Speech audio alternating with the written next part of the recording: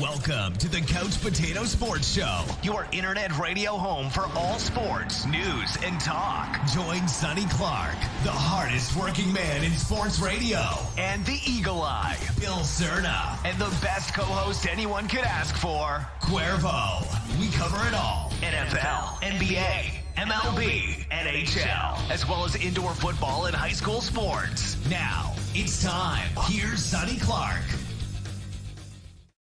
Good morning, everybody. Welcome into the Couch Potato Sports Show. It is me, Sonny Clark, the hardest working man in sports radio, coming to you live here on a Sunday morning. On that being said, our Sunday morning tradition continues on into our 12th year. Thanks for joining us on Sunday as we get all set. And guys, we might as well just get started right here. That's right, some breaking news that is happening in the NFL. Let's get you brought up to date, as there's been a lot of things changing and a lot of guys moving around, and the Houston Texans and the Miami Dolphins have a deal made as the Texans are trading their linebacker McKinney to the Dolphins for their linebacker in Miami in Shaq Lawson, which, by the way, badass. That's per league sources. The deal will also include a swap on late round draft picks, but the focus in reality is on the linebackers. And again, Shaq Lawson. And listen, guys, you know, I just want to put that back up there. I saw this guy up close and personal when I did my one of two only gigs I ever did with ESPN. I was at the skills show that they do at the end of every year, except this year, obviously, because of what's going on with COVID and everything, for rookies. And it was over at Jerry World. And listen, guys, I saw Shaq Lawson. I knew this guy was going to be a star. I knew he was going to be a guy that you could look at and really put on your side of football. And I'm going to tell you right now, that is huge. There, let's put a little light on the situation. I'm a little dark here. Boom! There, so not that you want to see me better. But anyway, good morning. So, Texans trying to build their shambles of a football team. They go out and get a guy. I don't necessarily know what the whole situation is as far as contract. I don't know necessarily what it is all about money. There's a lot of things that I don't know about that one because that one just came across the pike. So watch out for that. We'll probably talk a little bit more about that, whether it's today or in our next broadcast. But today, by the way, guys, we have a special guest that's going to be joining us here at the top of the next hour, 1 o'clock. One of my favorite guys in indoor football. Okay, not one.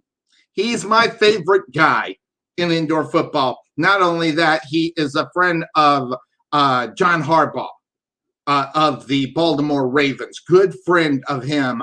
So we're going to talk a little bit about where he is as far as his career. But I got him on for football talk. I got him on to talk a little bit of NFL and things of that sort. So be ready for that one.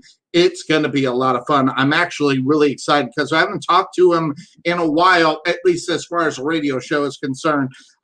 During COVID, everybody's just taking care of their own business.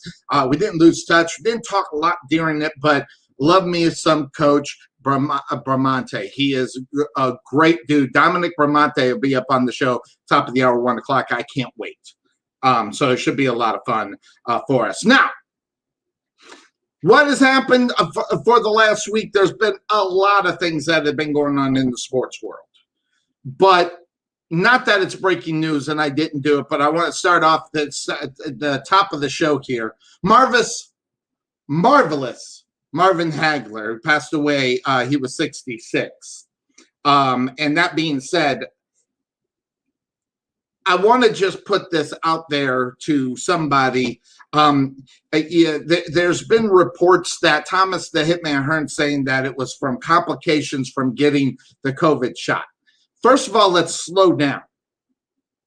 Let's just slow down. Let the doctors do what they are.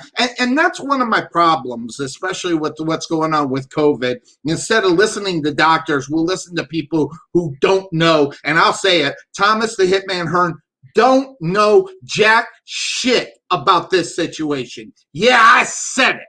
And I don't care how close they were. The only people that know are his wife and his doctors. And when they decide to release it, they will. It will fall up under a lot of scrutiny now that Thomas the Hitman Hearns has come out there, and he didn't do Marvin Hagler any help. Did not help this. By the way, guys, just go back in the years and know what this guy is all about. He was. Let's see here. I can put him up there as my second favorite or third favorite boxer. Obviously, Muhammad Ali comes to mind when you think boxers. I mean, the boxing world, most recognized face, Muhammad Ali. Okay, a lot of people don't get it, but that's who Muhammad Ali is. My second favorite boxer that's out there. Sugar Ray Leonard. Guy had speed, finesse, everything that you needed. My third favorite was this man. Marvin Hagler. First of all, what a great name. If you're a badass, Hagler's a great name. If you're a badass. And by the way, he was. Also, standing tall, lots of great fights that he was a part of. Lots of things that were good about him. Even I liked him more than Larry Holmes. And Larry Holmes is a guy that brings a lot of things to when you look at things as far as the boxing world is concerned. So the boxing world lost a legend here today. And again, if it's regarding COVID, we'll hear about it. But I don't want to listen to the Thomas Hitman Hearns. I don't care about his opinion in this. Absolutely don't. He is not part of the family. He's not his wife. He's not his doctor. And by the way, and let me just put it out there. And I know there's a lot of people that are going to disagree with me, but let's just do it. This guy had no business, zero business giving out a statement like that. Zero. When he doesn't know jack shit about the whole situation. And I'm sorry, but this kind of thing is what pisses me off. Because then you'll get somebody knee-jerk reaction, and Lord knows what people are thinking about, By the way, and maybe it's because I haven't been paying attention, whatever. But last Friday, I got my shot. I got my first shot. I go back April 2nd. So, and I have not heard any complications regarding the virus. Now, I know a lot of people say, well, that's because the media doesn't want you to. Listen, if it was something that was really something that was important, believe me, Fox would jump all over this in a heartbeat and start blaming somebody else. So let's just call it what it is. Now, again, I might not have been paying attention, nor do I care, but I'm telling you right now, if that was in, I would have heard about it through the three markets that I get news from. And no, one of them is not Fox News. So just so that you know, it is what it is. But Marvin Hagler, great boxer, great dude, and a guy that when I was young, I was young when this guy was really getting into it. I dug this guy. I loved the way he fought. I love the pounding, and one of the hardest jabs I've ever seen came from the Marvelous One. So, sad news today to start the top of the show as far as news is concerned. Also, news is concerned, maybe not necessarily news, but my co-host may or may not be with us today, depending on the situation with him. He's got some personal things that he's taking care of today. Just want to keep everybody up to date. But again, at 1 o'clock, Coach B is going to be with us, and I cannot wait for that. Dominic Bramante is going to be with us and talking obviously indoor football.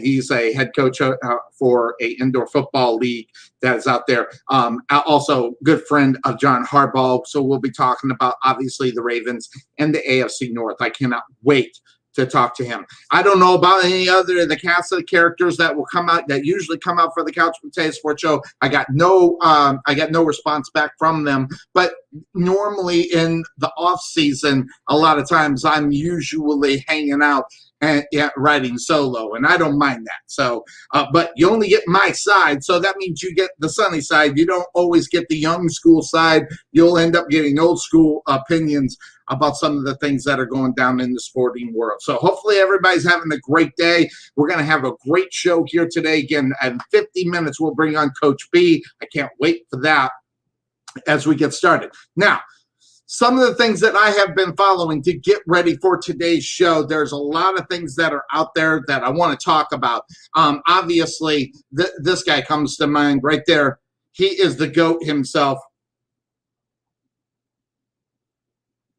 And here's what I know. This guy has made it a point to figure out how to make money by not, taking as much, but getting it later. And Tom Brady signs a new contract with the Tampa Bay Buccaneers. And guys, I will tell you that as far as business-wise is concerned, Tom Brady seems to have all the right moves. This guy does not seem to do anything wrong when it comes to his money. So here is the GOAT's situation. $23 million salary in 2019, $30 million 2020, and $32 million 2021. Okay, so these are the things. And actually, mark that. That's the wrong slide. I knew I hit the wrong slide. So let me get off of that. We'll move that. I got the wrong slide in there. Wrong Brady slide. That's an old slide, obviously. But no, the money, as far as where he's making for the Buccaneers, is in the area of the 30 million mark. And all the contract talks as far as Tom Brady, what he's going to make, how long he's going to stay. Let me go over that because I did throw, and I apologize to throw up the wrong slide that I had. That was the one that I had wrong. So here's what it is. The extension was confirmed. The team frees up $19 million in salary, which was very much needed to be able to keep some of the guys that they want to keep, which obviously the wide receiver situation is a big part of that, making sure that they can keep their guy, and they franchise tagged him, by the way. We'll talk about that in just a moment. But Tom Brady, a year ago when he was acquired by the Tampa Bay Buccaneers, it was basically a 2-year deal at $50 million bucks. And now all that has changed. It's a 4-year deal. I don't know how. I don't have all of the exact of the numbers of the changing and everything else. But it frees up a lot of money, especially since they're going to throw the tag on Godwin. And that is the last thing they want to do, is lose that guy. And also opens up the doors for some other signings that they will need that are out there. So Tom Brady, again, figures out exactly what he needs to do to cement a legacy that is never going to be caught by anybody. Now, I don't know if it's a meme. I don't know if it was something that was a joke that someone took, or if it was actually said. But Tom Brady says he wants to win more championships than Phillip Rivers has kids. And if I'm not mistaken, he has 9.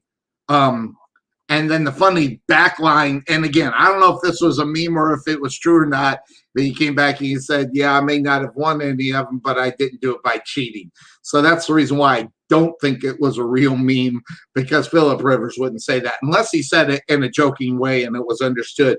Because, listen, Tom Brady's not stupid, okay? First of all, Tom Brady's not stupid. He is careful about what he says. And again, I don't know if he actually ended up saying that or not, but it just popped in my head. I would have, put it up on a slate and everything. So, so interestingly enough, Tom Brady has said. By the way, I want to get off of football just for a little bit, okay? Because we are going into March Madness. So, and I'm not. I have to admit, I am not intrigued. And I don't know. Maybe it's me. Maybe it's me. Maybe it's because they did all this again without crowds and stuff like that. Listen, sports are hard to watch. Pumping in crowd noise definitely helped the NFL. I don't know if I would have watched as much if they did not do that.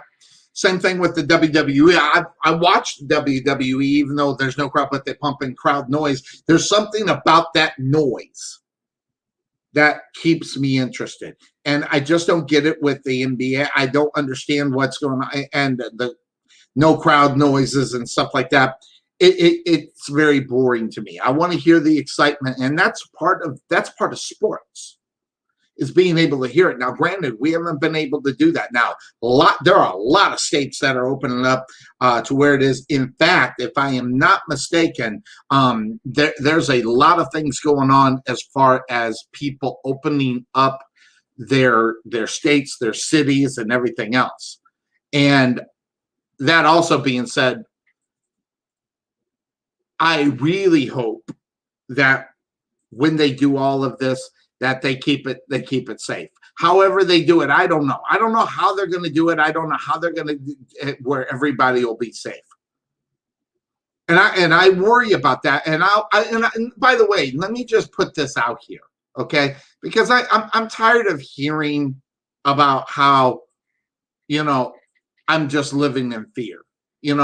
As far as sports are concerned, I'm going to tell you straight out that being in a huge crowd. Now, I'm in a little crowd right now when I do commentating for wrestling, but I'm 15 to 30 feet away from people. One person I got next to me, fully vaccinated, we wear masks, and I still sit 6 feet away from him. That's about as safe as I feel right now in a group, a small group, and they're at max 100 people. So I'm gonna say straight out, as far as what they are doing, as far as opening up the states, how it's going to end up looking in arenas all over the world, whether it be football, basketball, indoor football or hockey or whatever the case may be. There is a lot of things that people will worry about. The crowds, how many will be allowed in. And I'm going to tell you straight out, when I heard about the news that states were going to open up, I was wondering how far and how long it would be before we heard noise about the stadiums opening up for whatever the hell they were going to open them up for. Does it surprise me that states have said what they said, regardless what has been said at the top level of this country? And yes, the president. Does it surprise me? Not necessarily. That's just me. My level of being surprised from stupidity from people in this country, believe me, I got a pretty high tolerance for the stupidity that has been coming its way. And I just wonder myself, though, at this time, when people are still questioning the government on what they're doing, but they don't question what the state's doing. So I'm really confused about that, and especially in the sporting world. The sporting world now, with everything that's talking about. Now, I'll give you an example. I watched some indoor football last night down in San Antonio. It was an indoor football league. I forget. And I'm not just saying this. I forgot what league it is. But they had a lot of people there watching it. So first of all, I guess congratulations for being able to get a crowd in that facility. But how safe did everybody feel? A lot of no masks. Some had masks, some didn't. But down in Texas, where I'm at, they've opened up the state up for everything. 100% nothing there. And the Texas Rangers, that it looks like they are going to allow the fans at 100% capacity, but they're going to be required to wear masks.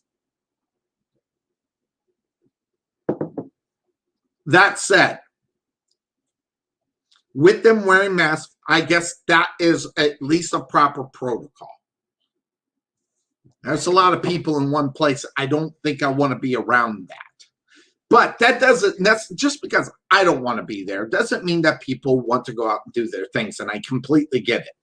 And I hope everybody is at least smart enough to wear the mask, but we already know, and I saw that last night, that people are not smart enough to do that. They don't want to. Their rights are infringed. They don't care. Oh, I've had COVID. It didn't kill me. Stupid bullshit that people that say. But and then also that I live in fear. Well, I'm a smorgasbord for this virus. Okay, so being around a lot of people, especially if they're not wearing masks, okay, that doesn't turn me on. Okay, that whole thing, kind of, yeah.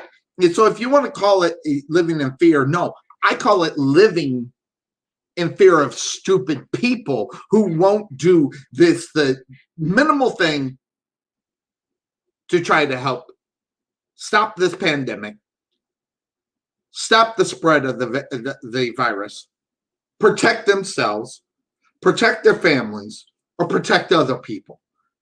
To me, it's a pathetic excuse. It is. To me, it's a pathetic excuse that you won't do it. And when you're talking 30,000 people in the stadium, and a lot of them or most of them won't wear masks, I won't be there. Not that I was there before, but for indoor football, I won't be there. You're talking, and we're talking maybe 4,000 or 5,000 people. I won't be there. I'll stay in a place with about 100 people, and I'm about 20 feet away from everybody. That's what I do in the wrestling thing. And by the way, I wouldn't do it any other way, or I would not go. Simple as that. I tried to be safe. Some people don't want to take the logical step. If you're going to be in there, take the logical steps, wear the masks. Now, we already know that people will go in with masks, and they'll take it off and use an excuse, I was drinking or whatever the case may be. We already know that's going to happen. So watch out for this. If you are going to get involved with it and go into an area where there will be this kind of thing going on, do me a favor, protect yourself. And if you don't give a shit about yourself, protect your family. And if you don't give a shit about your family, why don't you give a shit about somebody else that you'll be around? Because you don't know if you'll put it out there. And I don't care what all you crazy people decide that you don't think that's going on. All right. The CDC is a lot smarter than anybody that is out there talking about not having masks. Okay, period. End of story. Say whatever you want about the guys who run it. They're doing the. I don't even want to hear this bullshit. I'm just telling you straight out. I find it incredibly selfish. And that's it. By the way, and I don't even care who it is, okay? I don't care if it's my best friend or anybody. I find it completely selfish if you want to do that kind of thing.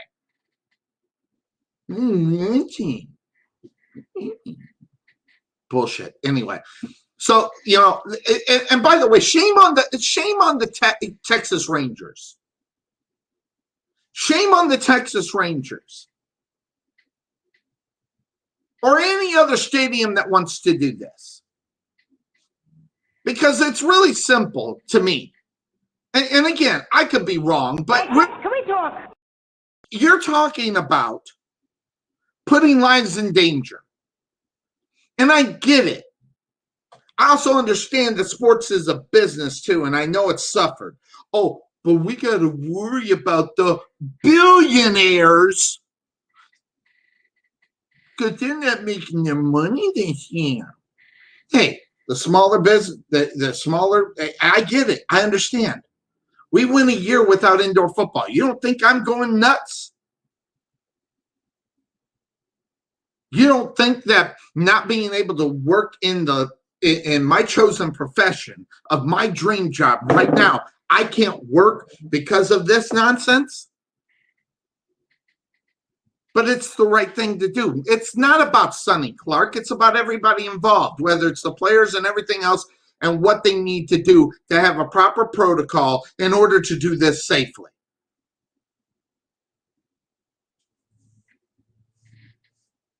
Can't go by the honor system based upon a pandemic. And I don't. And I'm sorry if you're one of these crazy people that say that it's not a pandemic. But listen, you can stop watching the show. I don't care if you ever watch. I don't care. You're just too far gone to understand what it is and what's important in life, evidently. So that being said, I'm going to go into my first break, by the way. And take care of some sponsors.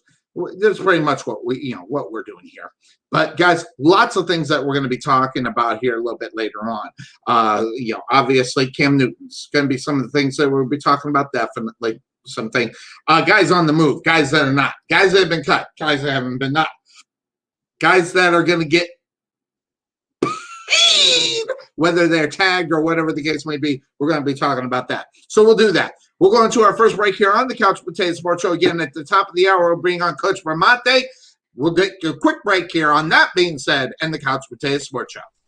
At Wesson General Contracting Incorporated, we're your one-stop shop for all your general contracting needs. We are locally owned and with over 20 years of experience, so roofing, gutters, sidings, fence staining, painting, foundation problems, or roof damage are no problems at all. Give us a call at 214-200-5588. That's 214-200-5588. Wesson General Contractors, proud sponsor of the Rowlett Eagles radio broadcast. Let Buffalo Creek Doors and Floors help you restore your home to its like-new condition. Need a contractor? Let us be your first stop as well as your last. We specialize in everything that others don't, such as stained concrete floors, wood spot repairs on doors and floors, stainless steel spot repairs, anti-slip on floors, and more. Want to see what kind of work we do? Check out our Facebook page and you can see the craftsmanship you'll receive and expect from Buffalo Creek Doors and Floors. Give Rodney James a call at 214-536-2607. That's 214-536-2607. Or check him out on the web at www.buffalocreekdoorsandfloors.com. This is Sonny Clark, radio voice of your Rowlett Eagles, letting you know about Liberty Air and Heat. Everybody knows what the Texas Heat can do to your air conditioning and heating systems. That's why you need the experts that deliver the best and most honest service in the Rowlett area. We provide the high-quality air conditioning and heating services that keep you more comfortable when you need it. We strive to always meet and exceed customers' expectations, competency, and accountability, as well as satisfaction. So contact Liberty Air and Heat at 469-678-9444 or visit them on the web at libertyairandheat.com.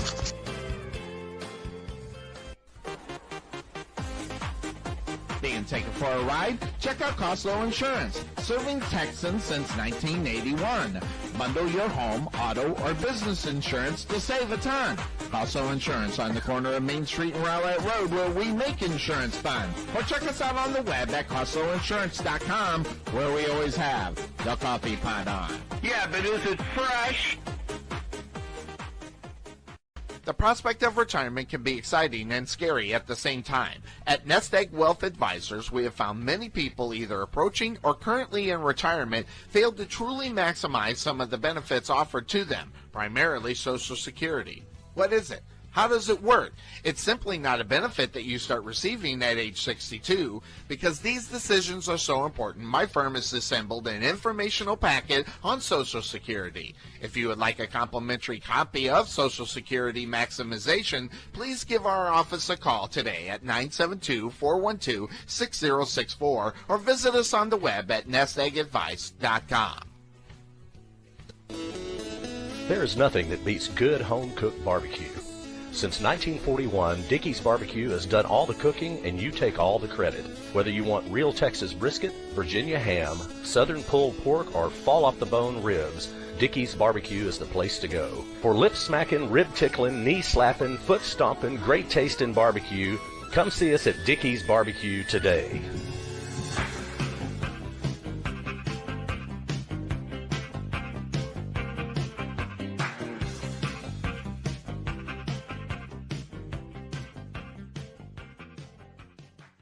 This is Sonny Clark, radio voice of your Rowlett Eagles, letting you know about Karen McKinney of Budget Blinds of Rowlett. Find a little inspiration by browsing our product, whether it be the latest trends, child safety, or smart home technology, and more.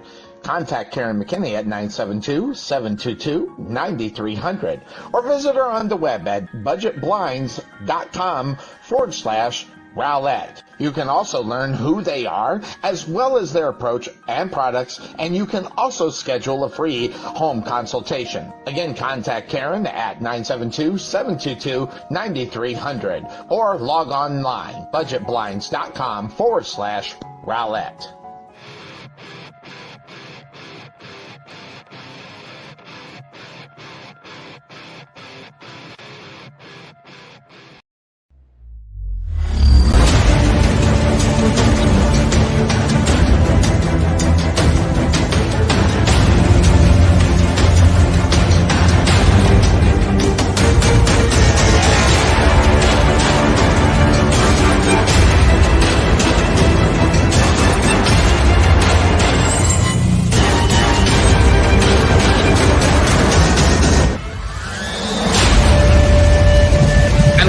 Into the Couch Potato Sports Show. It is me, Sonny Clark, the hardest working man in sports radio. Here on that being said, the Couch Potato Sports Show, as we continue on here, moving up and getting closer to the top of the hour, where we bring on Coach B. We'll take a quick break near the top of the hour and then bring him in, getting all set for him. I'm really excited about that as far as excitement, and also kind of an indoor, kind of an inside look, a little bit on indoor football, and plus with the connections that he's had, also coaching with Jim Harbaugh.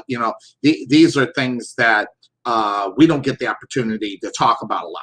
So that being said, of course, that's the name of this show.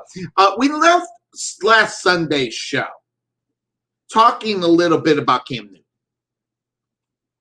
Now, obviously, the big news this week, was a man got paid, as I like to say. Now, was it as much as maybe he should have got? I don't know. I'm not sure. You've got to ask yourself the question when it comes to what you're going to pay a guy to do what he does. Now, that being said, of course, that's the name of this show. I've asked myself, and everybody, did you guys watch this guy play last year? And that's a question. I mean, it's a fair question to ask because his numbers were not great. There was nothing to write home to mama about. But did they learn something about Cam Newton in New England to where they thought he was worth this money? Because now, granted, I mean, you're talking about a guy that went through the COVID. And you can say whatever you want. the COVID will take a part of your body, and I don't know if it's the best thing for him, but it definitely had an effect on this young man. Now, granted, this was a while ago. Granted, this was at the end of last year. Granted, he didn't play. This was, I'll even say, I don't even think this was Cam Newton. Cam Newton and his situation, as far as what he can do week in and week out, based upon his numbers, based upon what he has, obviously put out before,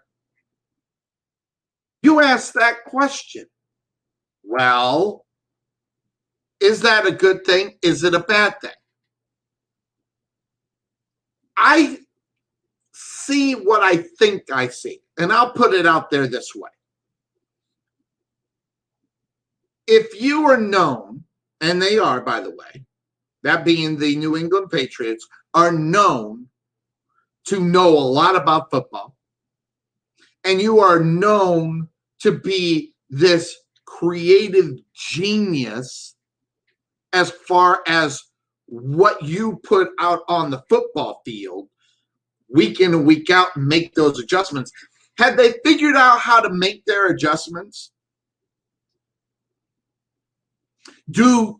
When you see this contract, do you see this as a contract that, at 13, almost close to $14 million that they're going to pay him?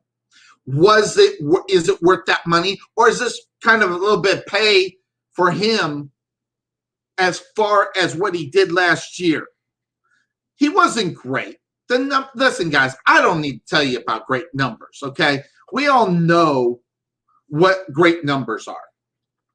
And we also know what Cam Newton's stats in 2020 compared to his other ones were not what, quote unquote, Cam like. This was a tough season for Cam Newton. 2,600 yards passing, 2,657. Only 8 touchdowns. By the way, the 2,657 was 24th in the league. Only 8 passing touchdowns. That was 33rd in the league. And tied for 18th.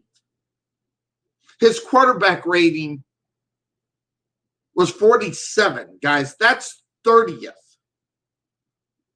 in the league. And I bring that number up, 30, because I think it's important to talk about. And I'm going to play this video here. I played it at the end of the show, and I want you to listen to what he says. And by the way, guys, this is Cam Newton. This is a thing that they do. I'm not sure even where I got it, but I found it. I thought it was very interesting, and I thought that I'd put it out there. Take a look. Sources have said that they said your arm strength isn't what it's supposed to be. Retirement is not off the table. Retirement isn't off the. So I'm asking you right here, right now on I'm Athlete. Let us hear it, but the people gonna hear it too. Hell no.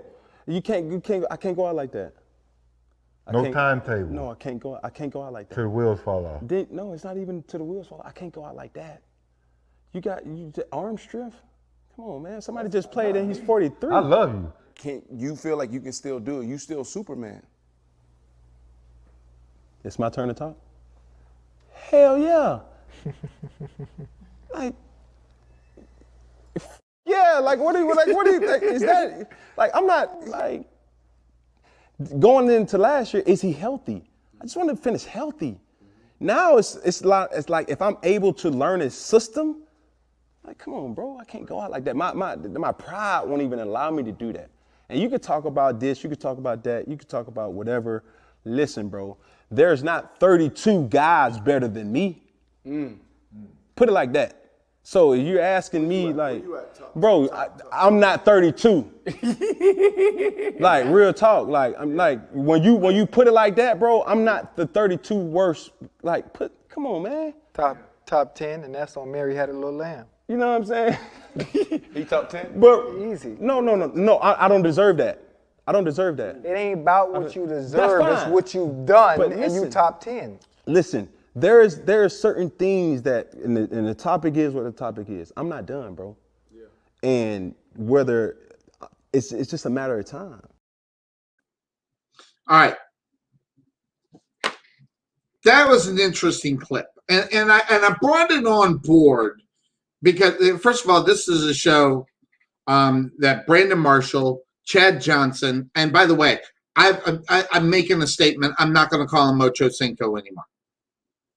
Done with that. He's Chad Johnson. And also Fred Taylor. Now, these are guys that are not Hall of Famers or anything, but they've got strong opinions. It's the reason why they do the show. Cam Newton is how you say, a personality that's it's so combustible. But I like a lot of things I heard from Cam. But guys, we heard that last year. We heard that. The only thing we did not hear is that I don't want to go out like that. And I thought that was a great line for him. And I get it. I get it. Because when one of my co-hosts, that'd be Jim Obenar, used to kick my ass all the time, I always wanted to come back. And I wasn't able to do it, but I always wanted to at least go out to try to do better. And that's what motivated me. It didn't always help, but it motivated. I can't let this guy kick my ass again. Thanks, Jim. Appreciate it. But that's what was happening. That is what was happening. Getting my ass kicked was the thing that motivated me. So when I hear the words, I like that. But there were also some other words in there that confused me. Now, I may agree. I don't even know. That's why I wish Tarvin would be here. Tarvin is a big fan of Cam Newton. He's not number 30, is what he says. Number 32. Actually, it was number 30. Based up on stats and numbers from last year. Now, granted, so looking at over time, forget about last year, but you got to keep it in there, but just overall. Where is Cam Newton in that number? Chad Johnson, I'm going to tell you, I love his enthusiasm for his guy that he has on the show, who obviously he wants to come back. But another thing that I like about what Cam Newton says, but he didn't deserve that. Based on those numbers, he's absolutely from last year, he's absolutely right. But is he number 30 overall right now? And guys, I don't know. I don't know if I can get him past 20. And this is not me really looking at it, but just knowing who Cam Newton is, what he has done throughout his career, based upon who is playing, who is active right now and playing, I don't know. I can think of 20 I think I'd rather have. Whether it be because of potential, whether it be because of performance, whether it be because of attitude or whatever. Listen, and now let me just put my bias right out there. I'm not a Cam Newton fan. In fact, I dislike him quite a bit. I like what he did with his camp that he had. I really like that, by the way, because he showed me something. He showed me something that, yeah, I could be the guy that kids can look up to. But to say that, is he better than 20 other quarterbacks in the NFL? I don't know if I can say that. And all you got to do is go by division. And if you start over in the NFC West, of course, you have Russell Wilson. No offense. He's not better than Russell Wilson. Jimmy G. Is he better than Jimmy G? That's a question mark. which is one of the reasons why I'm sitting here thinking right there. Kyler Murray, is he better than Kyler Murray? Right? And the answer, to me, that one's more of a question to know.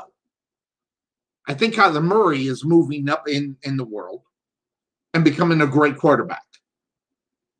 Will he become that? I don't know. And then you have Matthew Stafford.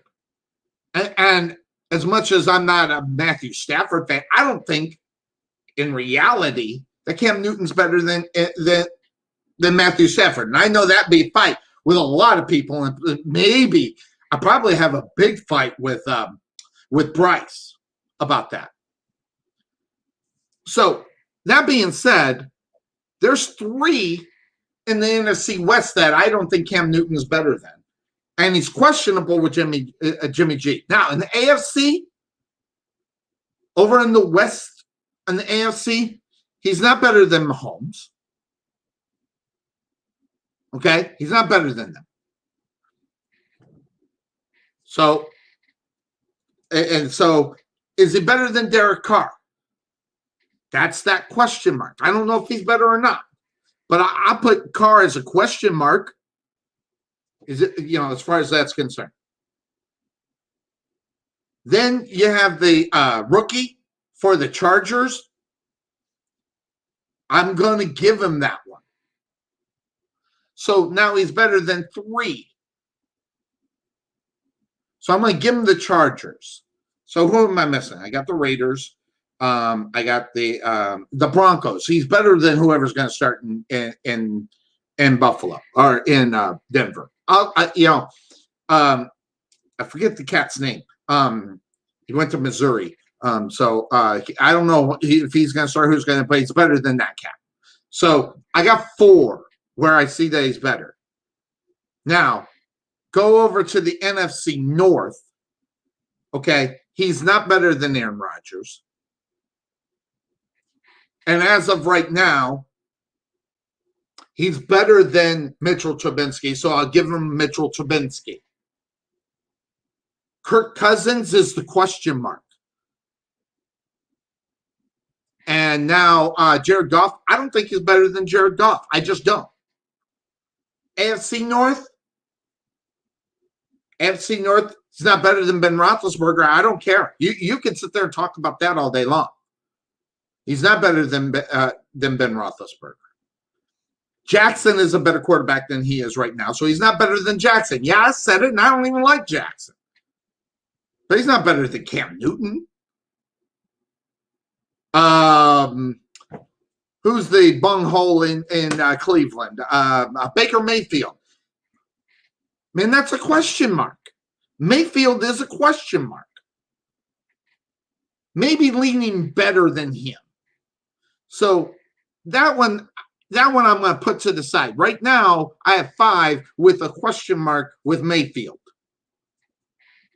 And then that young rook's out there. He's better than him right now, so there's another one. So, boom. And so, NFC and AFC South. Now, NFC South. He's not better than Drew Brees. I'm sorry, he's not. He's better than Teddy Bridgewater. So I'll get, and that pains me because everybody knows me. I'm a Bridgewater fan.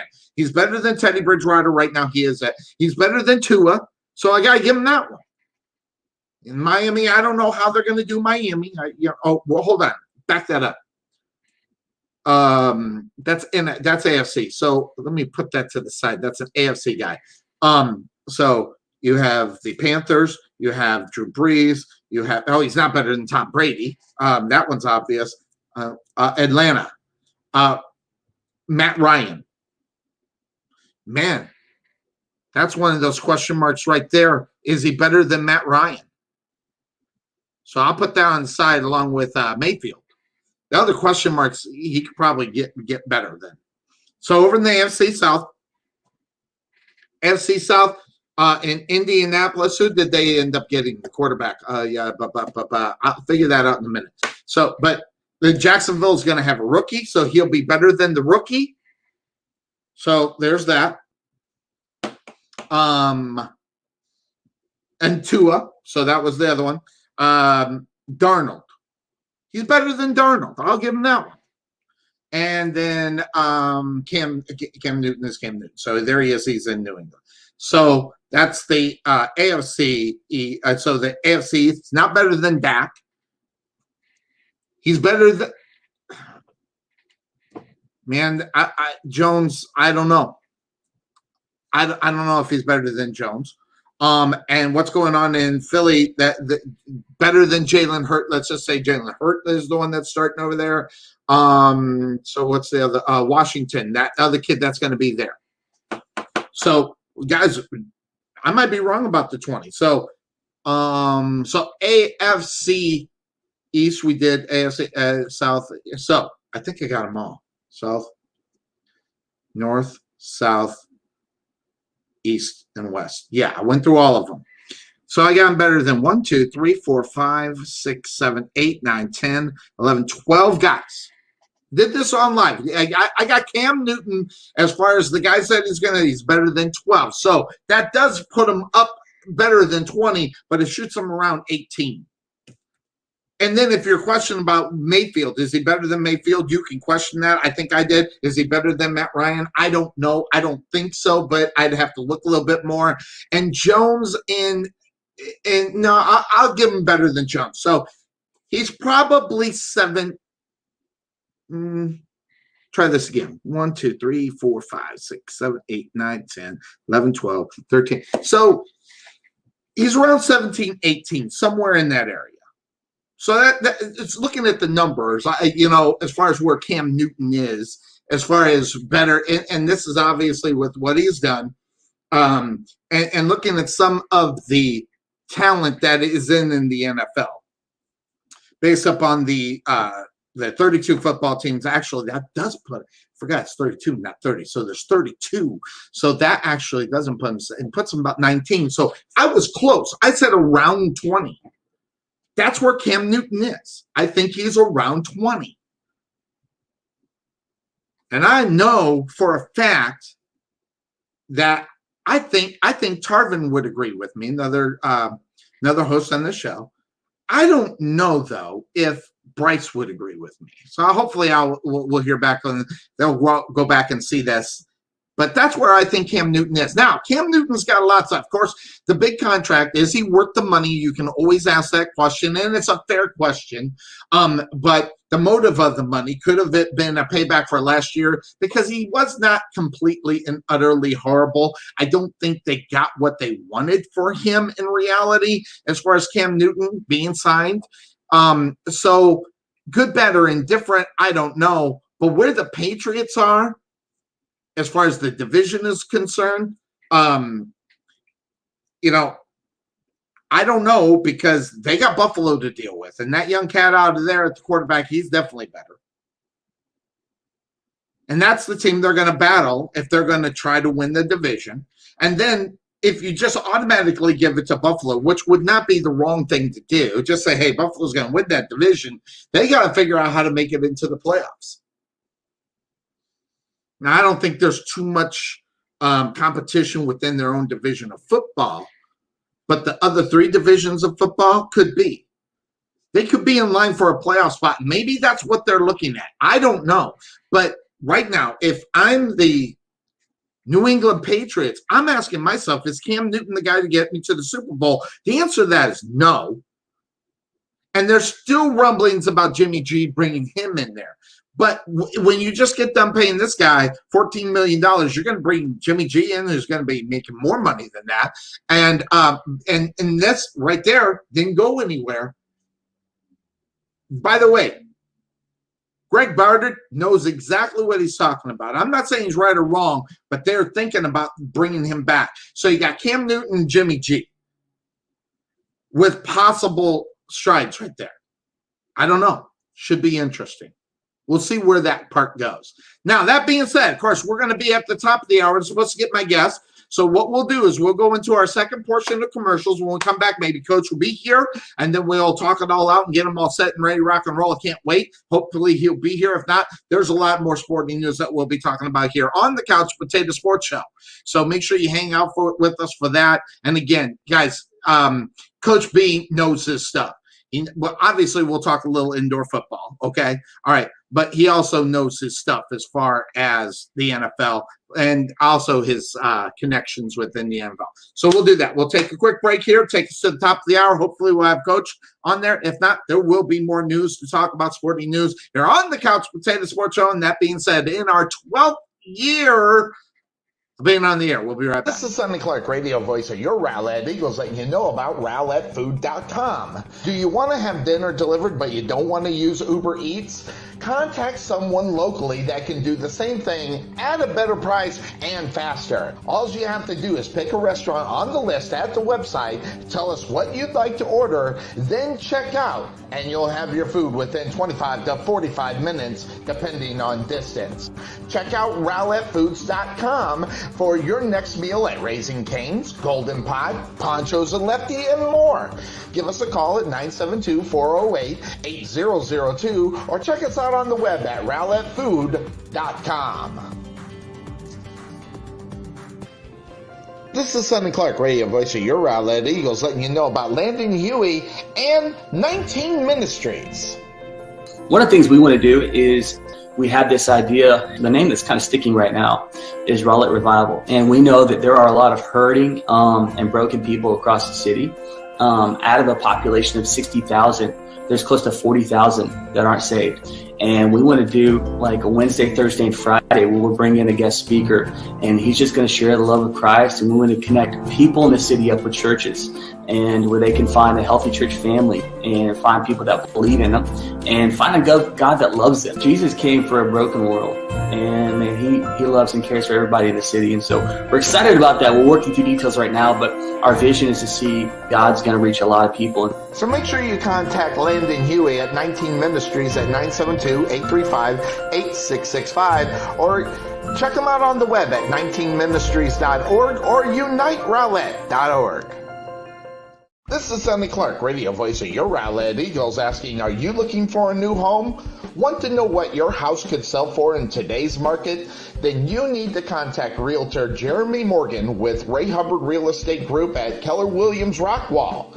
Whether you're buying, selling, leasing, or investing, he can help you get where you need to be. Visit RayHubbardRealEstateGroup.com or make an appointment today by calling 214-236-2914. That's 214-236-2914. Jeremy Morgan with Ray Hubbard Real Estate Group, Keller Williams Rockwall.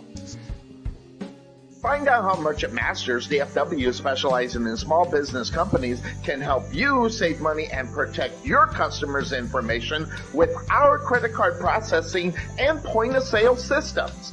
In 95% of our cases, our services save our clients money. So, what makes Merchant Masters DFW different from all the others? It's an integrity-first approach to each client we work with so you receive the very best, including financial savings, lowest possible rates, superior technology, and improved support. So claim your free audit at merchantmastersdfw.com or contact John Beeman at 262-339-5470 for more information. That's 262-339-5470. Merchant Masters DFW, different from all the rest. Ever want to know why Bill and I look so great on our broadcast? Check out K West Designs on Facebook to find out why. Check out all the samples that Kelly has got up so you can see, especially if you have that special occasion that needs something original, something designed, something that just says, this is our moment. Check out K West Designs on Facebook or give her a call at 469-601-5856. That's 469-601-5856. Again, K West Designs. Make yourself look original or different or just something just for you. K West Designs.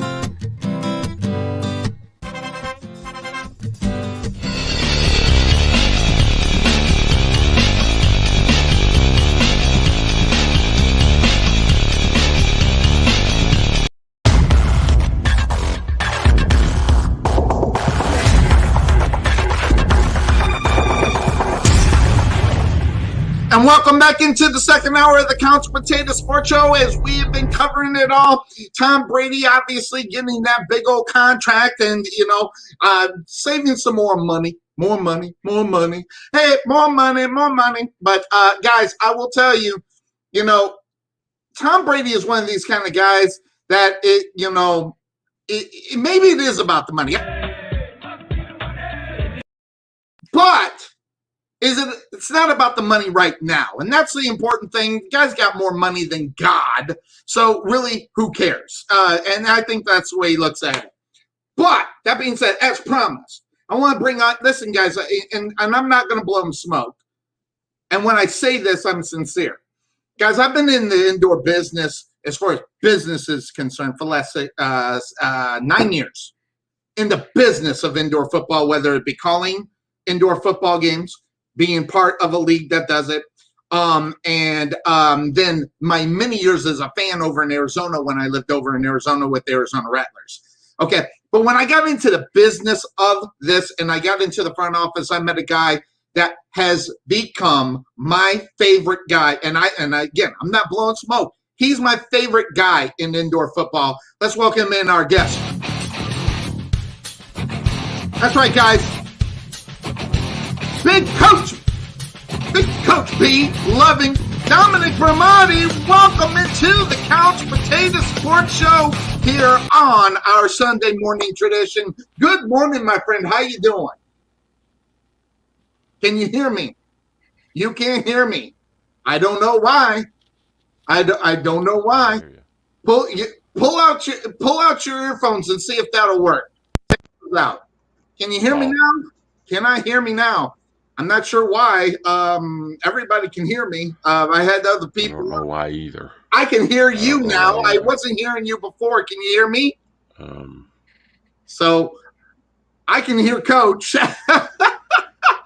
Man, I don't know. Your microphone. If you got that plugged into just to let you know if you can hear me, Coach. If you got that plugged into just a speaker, it won't catch your microphone. So that might be the problem because your webcam, I don't know if is on there. Does that make sense? I mean, because I don't know how you do your microphone. So what we'll do, we'll give Coach a little bit. Maybe we can, and Coach, if you can hear me, put your hand up when you think that you can do it, and we'll take him out. But back to Coach, he'll be here in a second. But in the business of indoor football, it's a family business. I kind of look at it because there's smaller venues, obviously, than the NFL. Indoor football, averaging, it just depends upon the league. It could be 3,000 or 4,000 or 5,000 people. It could be 6 or 7, and it doesn't matter. Let's see if I could get Coach in there. You got me, Coach? Not sure if he can hear me. It doesn't look like he can hear me yet. So when you can hear me, Coach, or let's see here. I got him there. Maybe he's going to try to connect with his phone is what I think he's trying to do. So what we'll do, we'll take him back out and maybe bring him back here in just a moment. Maybe he'll come in a different line. That being said, in this business, it's hard to find genuine people because let's be honest, in the sporting business, okay, it's hard to, in reality, hear the truth. It's hard to say things that you're thinking of. And sometimes you can get with a person and you can actually be honest with the person that you're with. That's what I get with Coach B. I can say what I'm thinking. And there won't be any offense taken to it. But I've learned so much from this guy as far as the indoor business is concerned. And guys, when I was doing the CIF and still doing, when they get all that stuff figured out, as we're starting the season up here fairly soon, and then doing the radio broadcast with Coach B, I think, and I could be wrong, this is where, when I was doing the play-by-play, is when I got connected to this guy. And not only that, during the years that we've been doing what we have been doing, what has been really fun and really cool in reality is that I could talk to him about everything. And we usually sat whenever he came to Texas, 2-3 hours. We just sit there and BS while he's getting ready for the game, sitting in the couch. And there we go. Let's try that one here. He's setting it up there. And fix your hair. You okay? You're pretty. There he is. How you doing? Now I can hear you, and I know you can hear me. How you doing, man? The famous one and only Sonny Clark. Yes, a lot of fun, by the way, being with Coach B. And I was going back and talking a little bit about it. Our history goes about 7 years, personally. Right. I knew about you before because of the New Mexico Stars and things of that sort. And I just knew of you more so than know you like I know you now, which, by the way, I'm actually really happy about. That I got to know you over these years because you taught me a lot about this game, more so than what the politics of the game are, but really the reality of the sport. Okay, now hold on. I'll take care of that. Maybe I won't. Okay, there. All right. I took care of that part for you, Coach. I just muted your other microphone, so you're fine. Okay. Yep. And matter of fact, let me just do this and I'll do that and I'll bring you in. So I'm going to use your audio from the other one, use your thing. So is that working? Can you still hear me? Okay. I can't get you on that one. So I am going to have to bring you on the other one. So let me bring you here. Oh, yeah. Oh, turn your camera on the other one because I can't do what I was thinking about trying to do there, Coach. Boy, I'll tell you what. You're making me work today, Sir Clark. I am. There we go. I'm going to leave it like that. And all right. So do I got you? Okay. All right. So what I'm going to do is technology. There we go. Yeah, technology. We'll just leave one side blank and move it to this one. All right. So hi. So how are things going, Coach? Good to see you. Things are going well. I'm out here.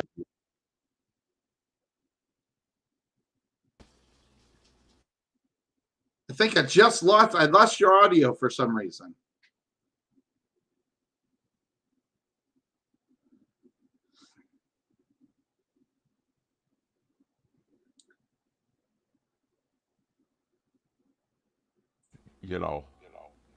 So okay, so now you got me back now? I got you back. All right. I'm sorry about that. And let's see, I'll move you there. So what do you think is going on as far as you being in Oklahoma and what's going on as far as that is concerned? Obviously doing this from a different area. What do you think?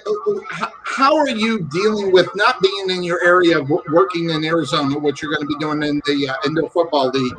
How's that part working for you?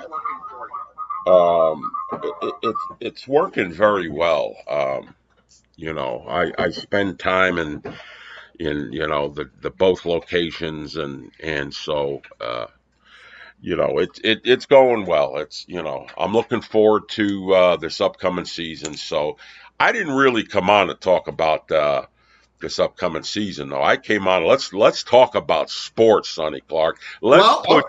Let's put you to the test. All right, let's do it. I mean, well, one of the things I did want to talk about, and I'm glad that you're here. We've been talking about it for the last couple of years. I want to know what is up with the fans of Baltimore. And the reason why I asked that, Coach, is because it seems like this is a football team.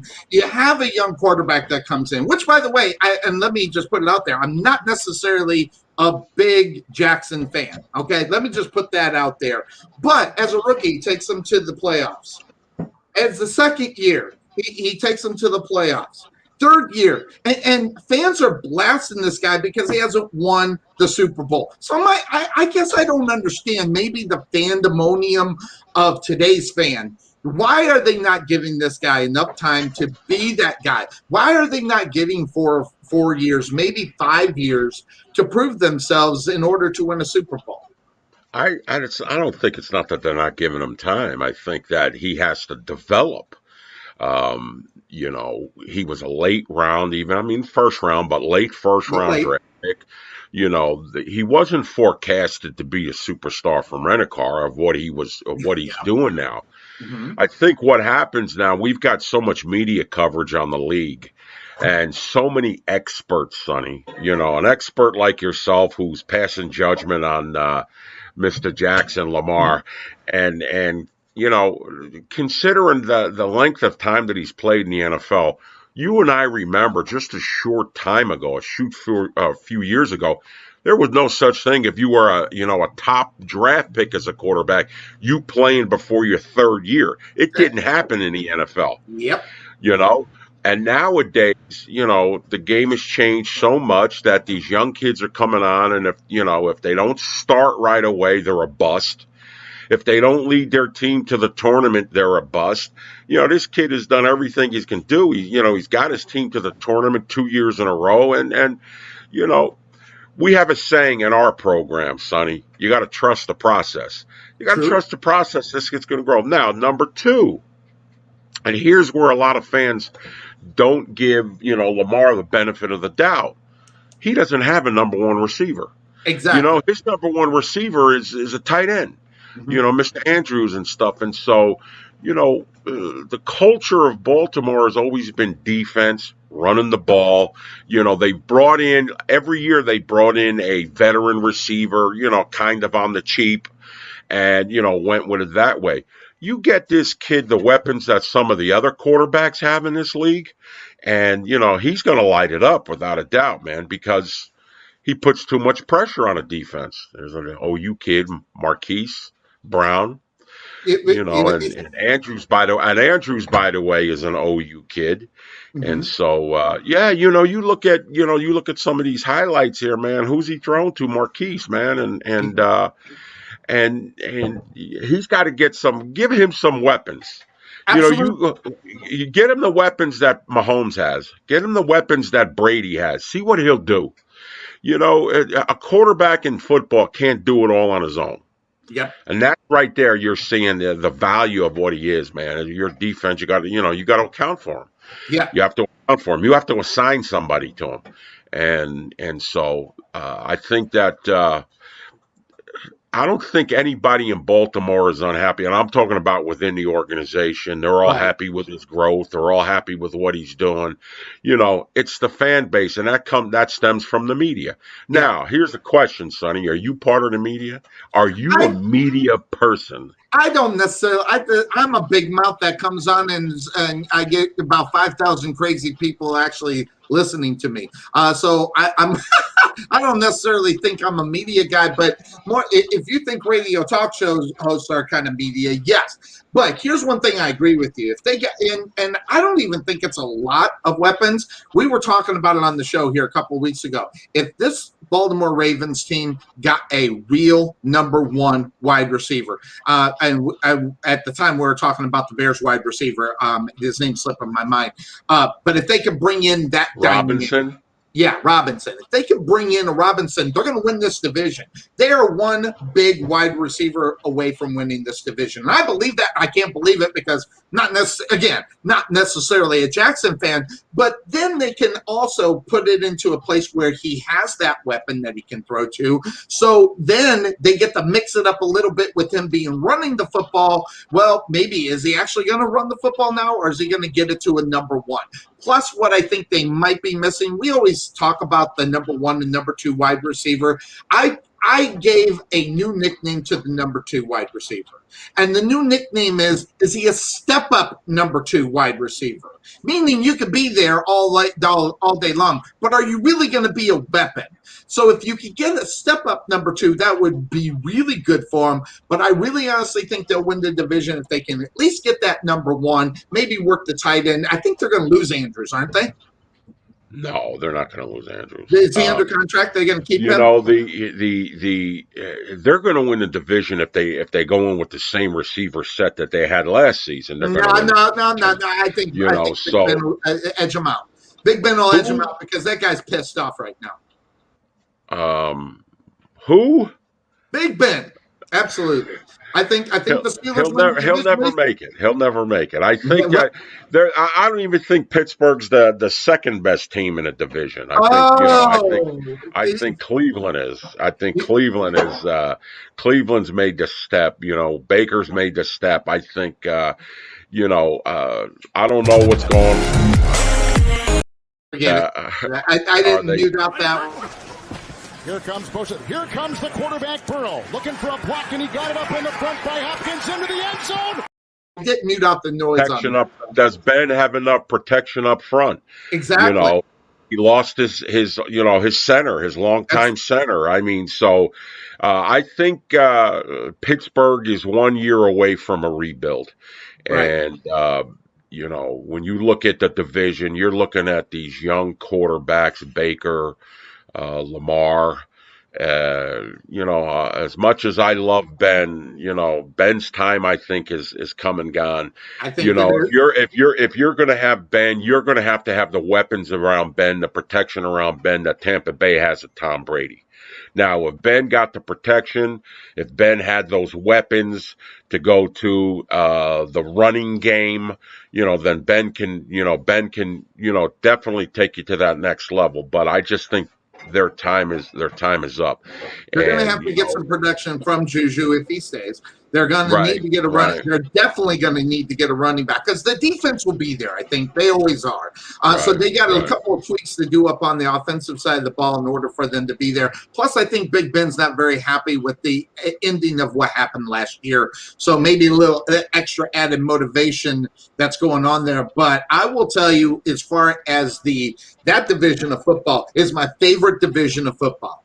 I mean, because you now with the Bengals getting the quarterback, now with the Browns deciding they want to play good football, you got 4 football teams. Within that, 3 of them made the playoffs last year. So it's just one of those things. You think about that type of football, and remember they did that. I think it was like 5 or 6 years ago when they didn't have the extra playoff, and they got 3 in the playoffs as well. My favorite, I call it the black and blue. Now, that being said, your boy John Harbaugh, head coach. Talk a little bit about your relationship with him and your connection to him. Let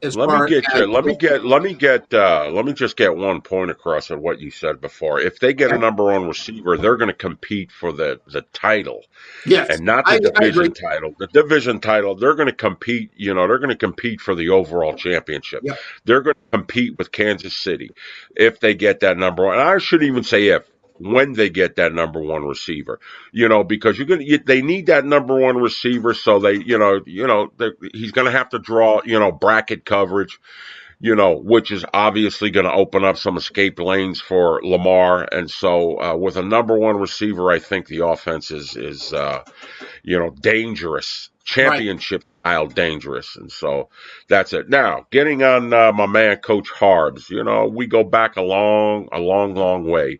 Mm-hmm. I met him way back when, 20 some odd years ago. We were both speaking at a coaches clinic called the Cradle of Coaches Clinic in Oxford, Ohio. And I was speaker number 3, and he was speaker number 4. At the time, I was a high school head coach at Riverside Indian School in Anadarko, Oklahoma, and Harbs was the special teams coordinator with the Philadelphia Eagles. And so, as I said, I was speaking. Sometimes only sometimes, Sonny, I tend to, you know, talk a little too much. And no one's really ever complained about how much, you know, I don't or do talk. But I got a 45-minute segment that day, and I was speaking on a topic of personal development and can you get an athlete to change, you know, quickly? Can you get the mindset to change quickly? And I went 45 minutes. My time was up, and I was only halfway through my talk. And luckily for me, the audience, the coaches, wanted a little bit more information, so they were asking the director. His name was a dear friend of mine, Coach Terry Hepner, who's no longer with us, passed away. He was the head coach at the Indiana University when he passed away of, unfortunately, a brain tumor. And so they were asking for me to keep talking, and Coach Hepner John was on deck waiting to come on and be introduced, and Coach Hepner said, Coach Harbs, what do you think? Do you want to give him a few more times? And Coach Harbs said, let him go. And I spoke for another 45 minutes. and so as I'm walking off and they're introducing John, I walked past him. I hadn't met him yet. And he grabbed my forearm and said, Coach, that's the best clinic talk I've ever heard. He said, wow. Can you do me a favor? He said, can you listen to my talk, and would you have a little bit of time afterwards to maybe go grab a bite to eat? And I said, sure, and listened to his talk. And lo and behold, we went to get a bite to eat after that clinic, him and I, and we just found out that we were sorry for the that's all good. for the we get dogs, cats, and everything in the back of the meteor that was going back behind me, so but we went out to eat and found out we were kindred spirits, and he made a mistake with me, Sonny, and the mistake that he made. He gave you his cell phone number. I told you that he gave me his cell phone number. That's the mistake he made, and we've been talking ever since. Great. And the blessing of it, this last season, 2019 in indoor football, there was one NFL head coach that went to an indoor football league game. Yep. And that was John Harbaugh. Came to Albuquerque, New Mexico to watch us play. Him and the amazing Jack Harbaugh came in to watch us play. And so he's blessed me, Sonny, with enjoying and being a part of his success in the NFL. He's, when he was, walking the sideline in New Orleans during the Super Bowl, I was there.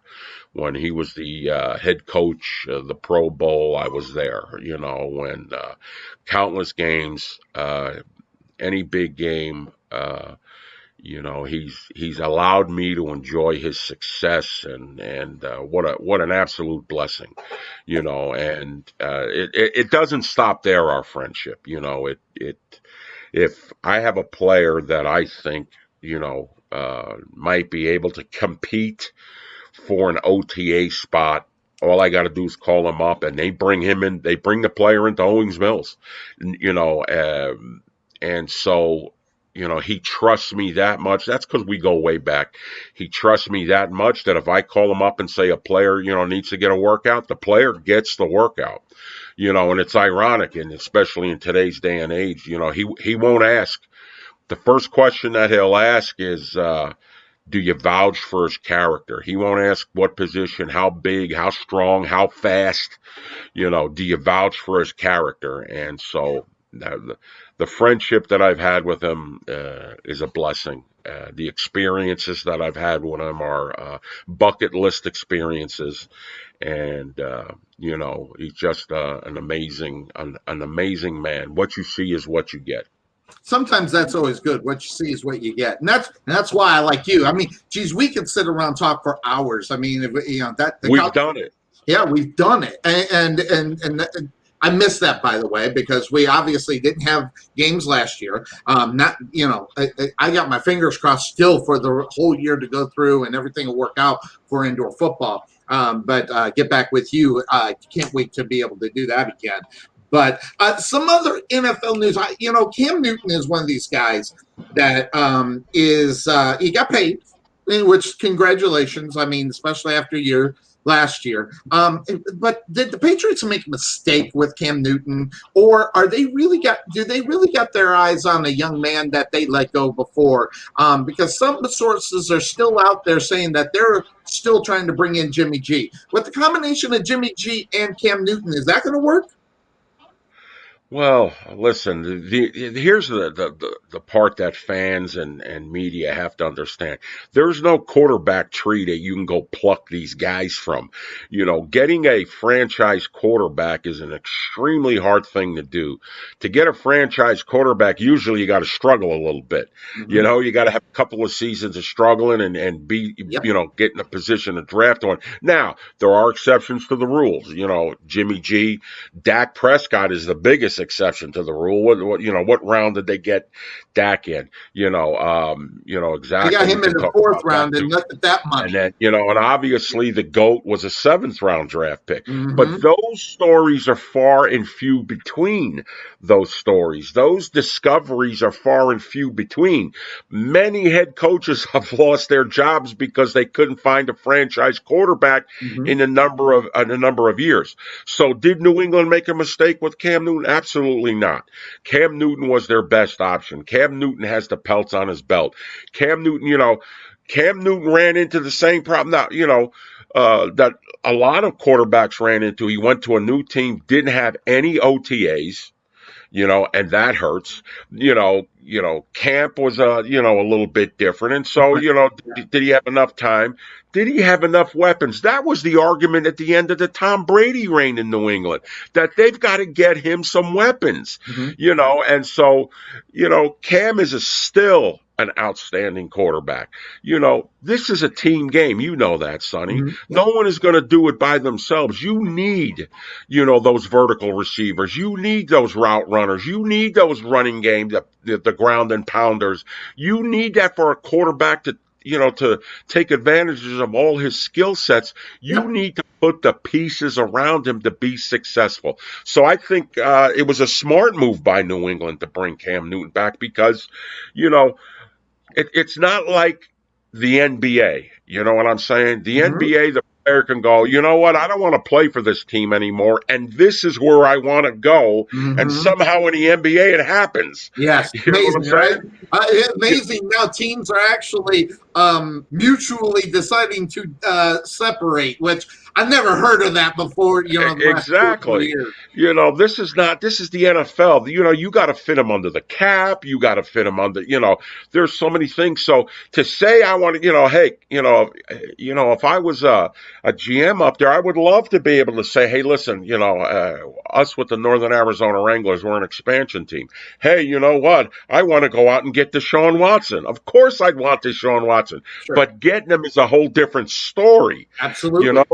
And so I think that New England was wise. I thought it was a good move for New England to bring Cam back. And if there are people who are in charge of making deals, if they're able to bring, Jimmy G back, well, it's going to cost a whole lot of money to bring Jimmy G back. And it instantly creates a quarterback controversy before you even get started. So and San Francisco's not going to give him away. The money then at that point to end up doing that at the same time.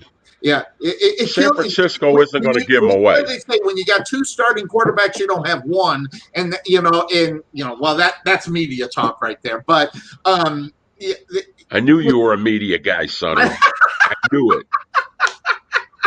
But you brought up Deshaun Watson, which is a very interesting thing because we're about ready to see a team to sell the farm. And if this actually goes through, man, I don't know. If you're the Carolina Panthers and you've got a stud running back, which, by the way, is kind of hard to find in today's football, the way football is being played, Christian McCaffrey is a badass without question. So a straight up trade, I think, is about even, but they're thinking about selling the farm. It's not just going to be Christian McCaffrey. That's going to be a bunch of other things going on if they end up doing that. Is that a smart move for the Panthers to do, especially when they're starting quarterback, which I got some mad love for Teddy Bridgewater. I do. Before he got hurt in Minnesota, I thought they were going to win the NFC North, and watch out, the Vikings were back. That being said, he's not that same guy anymore. You get rid of Christian McCaffrey and your starting quarterback is, Teddy Bridgewater. I mean, you're talking about you want to talk about a reboot. They're going to reboot that whole damn thing. The number one, if Carolina can get Deshaun Watson for McCaffrey head up, they do it 1,000,000 times over. That ain't never going to happen. As good as McCaffrey is, he doesn't touch the ball on every play. Deshaun Watson touches the ball on every single play. Running backs don't get head coaches fired. Quarterbacks get head coaches fired. That's how important that is. Carolina would make that deal in a heartbeat because as nice as Teddy Bridgewater is, he's a coach killer. Yes. You know, he's a I get beautiful it. backup quarterback. He's a top-notch backup quarterback. He is not a franchise quarterback. Teddy Bridgewater is not going to win you a Super Bowl. And so, you know, I was shocked when, and you know, we don't know the ins and outs. We're never in the locker room to know. I was shocked when Carolina got rid of, you know, Cam and brought in a quarterback of less ability. I was shocked at it. You know, I know Coach Rule, I'm sure he probably has his you know, his reasonings and are sound on why he did it. But, you know, the perfect case in point that I give, you know, for coaches is, and Baltimore, we just signed linebacker coach Rob Ryan. I'm thrilled that Rob Ryan is on Coach Hart's staff. I love the Ryan men. But a perfect story about how important a quarterback is, you know, to so many coaches. Let's talk about Rex. You know, Rex's downfall at the Jets, you know, was he didn't have a franchise quarterback. Mark Sanchez didn't, you know, develop into what they thought he was going to develop into. And soon thereafter that, you know, Rex was fired in New York with the Jets. You know, Mark Sanchez was shown the door too. And, you know, Mark never came by. He's going to have a great career, you know, analyzing the NFL, you know, Mark Sanchez. And so Rex gets his first head job opportunity. He doesn't have, you know, that quarterback that gets him over the top, loses his job. Okay, he's a hot commodity. He's an outstanding coach. He gets his second head coaching job. Now, it's easy for me to say where I'm sitting, you know, what job he should take and what job he shouldn't take, but he got the Buffalo job. And I wouldn't have taken a Buffalo job with him. And the reason why I wouldn't have taken him is because he was already fired once in the NFL. Yeah. And if you're lucky enough to get a second shot, you better have a franchise quarterback. You better have a franchise quarterback because, you know, if you don't, you get fired a second time, you'll never get a third shot, right? Yeah. Mm-hmm. He had Tyrod Taylor, who's the biggest head coach killer, and it's not Tyrod's or the head coach killer quarterback's fault. They're just not franchise quarterbacks. And so he just couldn't get it around. You know, he didn't have the quarterback to do what that did. You know, Coach McDermott went up there, who was worked with Coach Harbs in Philadelphia, you know, was a Jimmy Johnson disciple, not Dallas Cowboy Jimmy Johnson, Philadelphia Eagle Jimmy Johnson, who was a genius defensive play caller. And, you know, Coach McDermott takes the job, takes over for Rex, gets the job, and lo and behold, what do they get? Josh Allen, you know, this young kid who developed into who he's developed into, and now, you know, Buffalo is going to be in for, you know, a ride of success for the, you know, at least 5-6 years. Yeah, you know, and that's how important that franchise quarterback is, you know, and so Bill Belichick, the GOAT of coaches in the NFL history, how important was it, you know, for Tom Brady for him? He loses Tom Brady, and what happens? You know, I think that's, you know, there is no way Houston's going to take on McCaffrey and give up Deshaun Watson. I believe Watson's going to be, he's going to be down south of you know, this year because, you know, they can't walk away from the money that they're making. They can't walk away from the fines because they'll never be able to make up that kind of revenue. And not only that, the taxes, no taxes in Texas. You know, that's why, you know, there's lots of money involved with that as well. That's huge, you know, state taxes.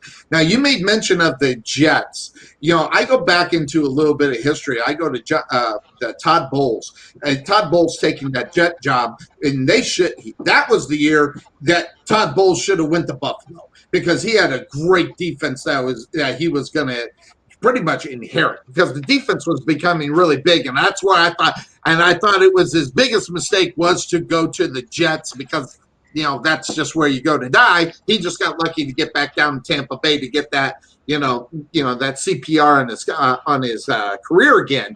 And so now he's back in the talks of being a head coach somewhere else as well. But at the same time, with what they got going on in Tampa Bay, you know, Todd Todd Bowles being a defensive guy, I love those defensive coaches, and I know you do too. Todd Bowles, where do you think? Should he stay in Tampa Bay, or should he find another place to try to spread his wings?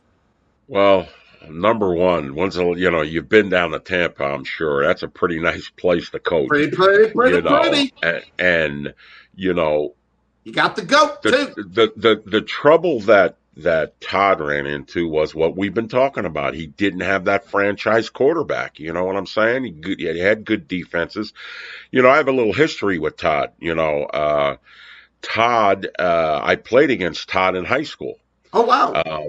We were different positions, but Todd played at Elizabeth High School. I played at Linden High School out in Jersey, and remember him, and he ended up going to Temple, and lo and behold, he became a Parcells guy, a Jersey guy, another Jersey guy, because Todd's a Jersey guy.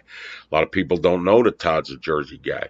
A lot of people didn't know that Todd's the same age as me, because he's a good-looking guy, Todd. He's kept his youth, and so. But those jobs are so rare. Those 32 head coaching jobs. He deserves another chance. I believe he'll get another chance. I just hope that wherever it is, it has a quarterback. You know what I'm saying? So, and most of these jobs that open up usually don't have quarterbacks. That's the reason why the jobs opened up. That's true.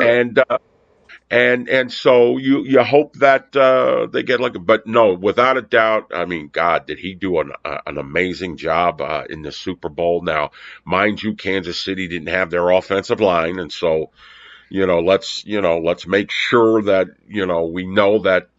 Not taking anything away from that front four of the Bucks, but it's a lot easier to call defense when the opposing team don't have their tackles and good point. All right, hey, Coach, I hate to interrupt you, but I got a mystery guest here, mystery guest. Tell us a little bit about yourself. Let's see if he can guess who you are. I've known Coach Bramante since 2015. Since 2015. Any guesses, Coach? I'm trying to judge by his fingernails that are showing right there. And I don't. They look like they're manicured fingernails. So I would. The only guy that I know that gets those fingernails manicured would be Andreas Trujillo. Oh! The first guess! That was a good guess, Coach. Way to go. I don't even manicure my nails. What is up with that? Come on.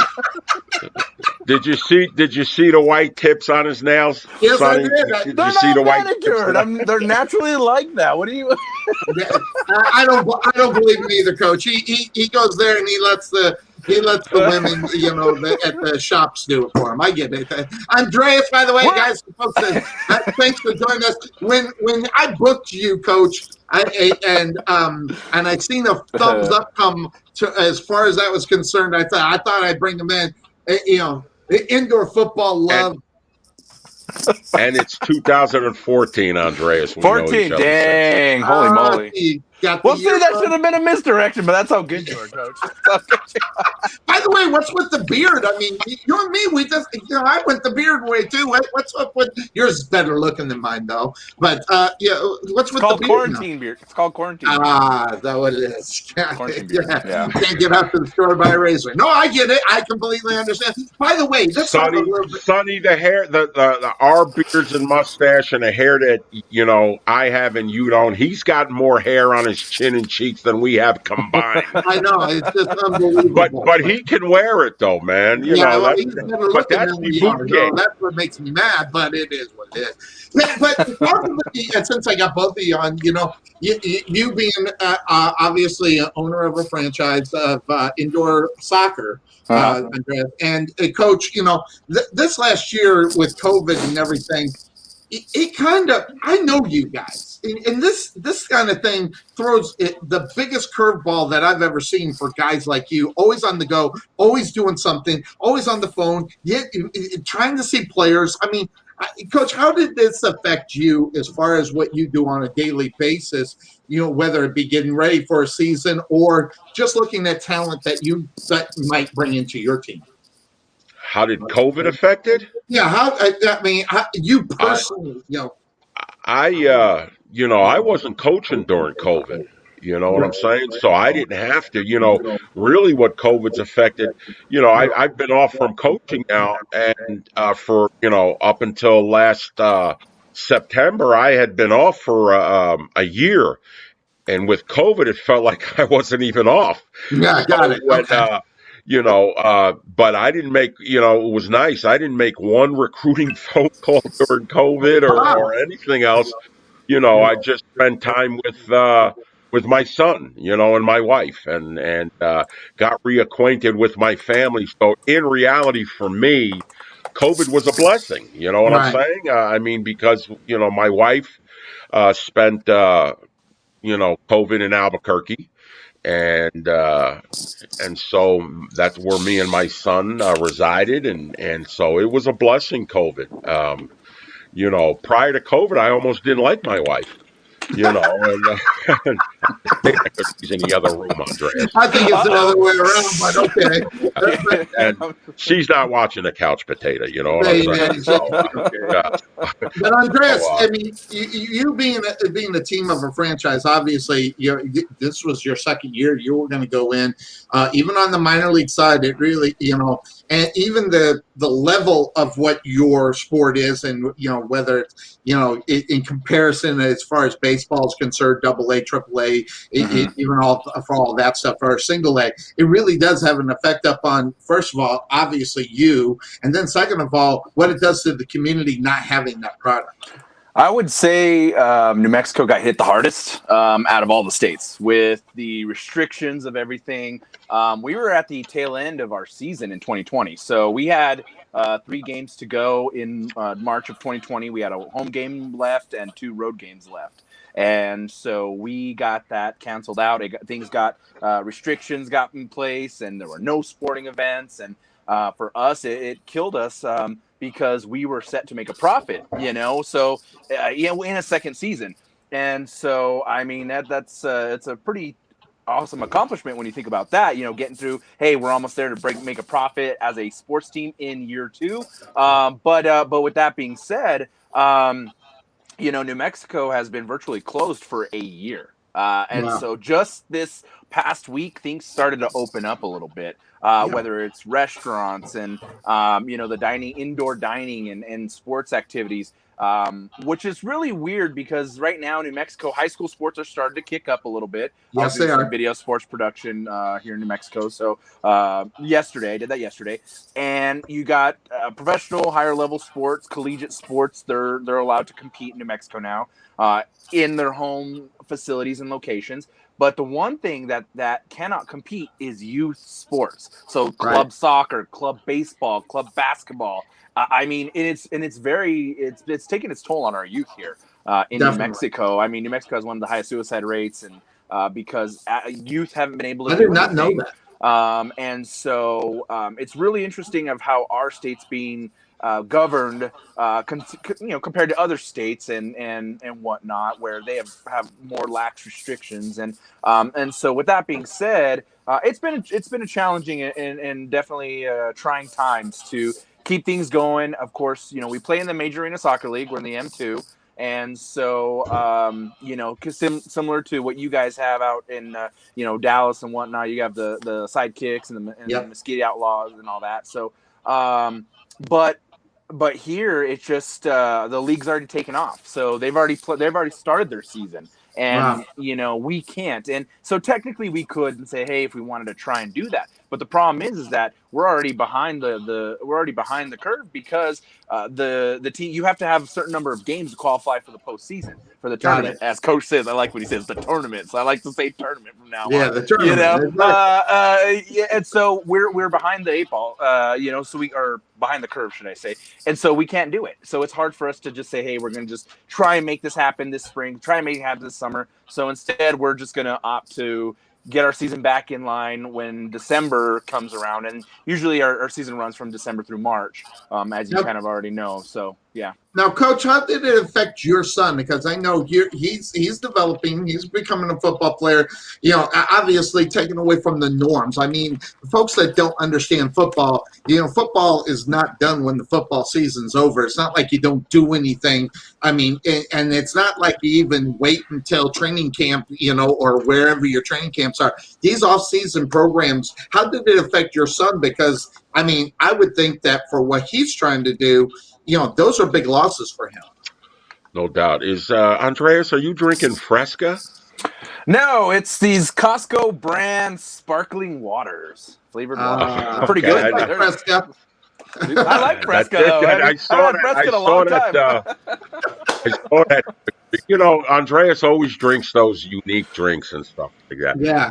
Again, COVID, it got a little bit scary for my son because Lord knows the full sports student athletes in New Mexico really suffered, and really took a toll on these kids because they were going to play, then they're not going to play, then they're going to play, then they're not going to play, then they're going to play, then they're not going to play.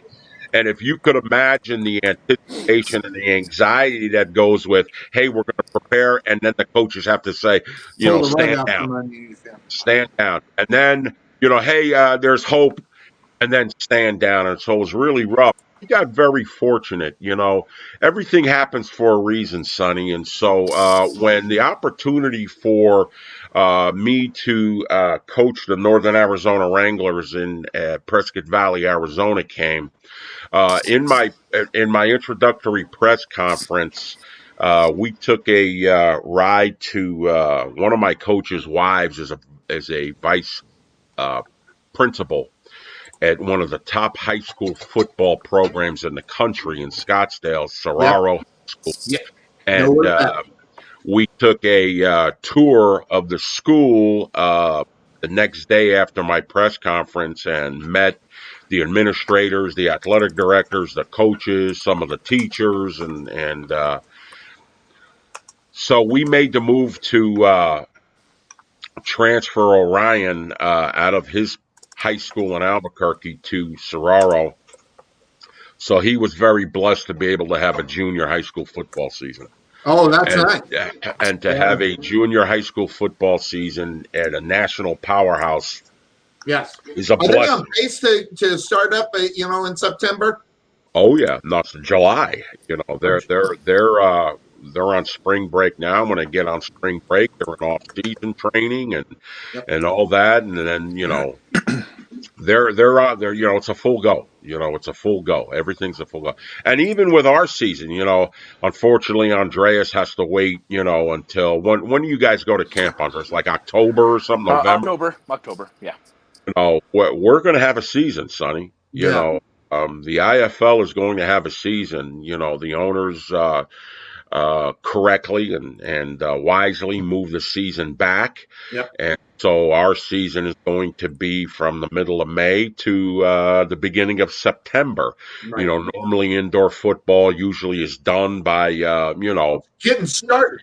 4th of July, week after 4th of July, all these leagues usually end the season. This year, we won't have a summer, and so I won't be able to join Andreas on the beach this summer, And we got plenty of beaches here in New Mexico, just so you know. Which, by the way, is not a bad thing because, as you could tell, Andreas is he's very European in his thought process. Yeah. And so, when he's on the beach, he usually wears those things called, what do they call them on the beach?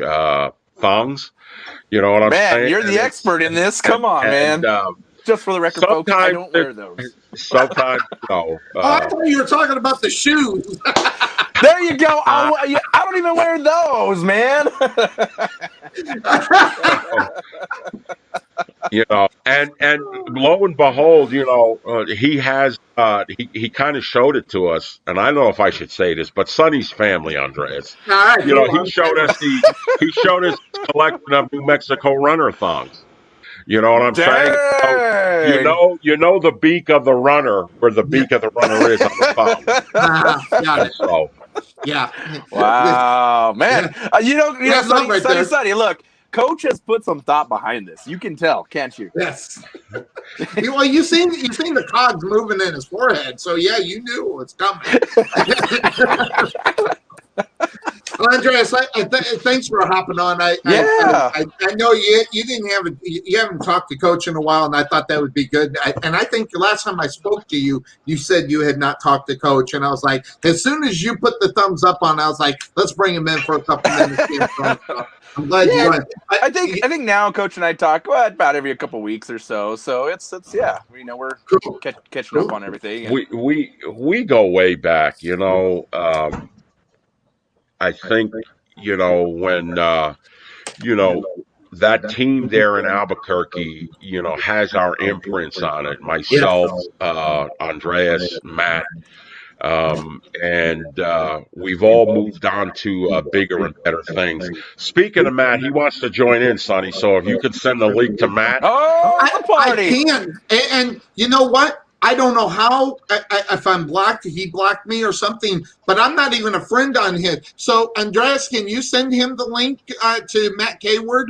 Because I was trying to, I was like, well, crap, I was wondering if I offended him, you know, in some way, because I don't even have him as a friend on my Facebook page anymore. Because I was gonna contact him too to bring him on. So yes. Send that over to him, Andres, and let Coach know, and then we'll bring him in too, as far as that is concerned. Can you do that for me, Andres? Yeah, I'll do that. I'll send it there. Coach, actually, I'll send it to you because I don't think I'm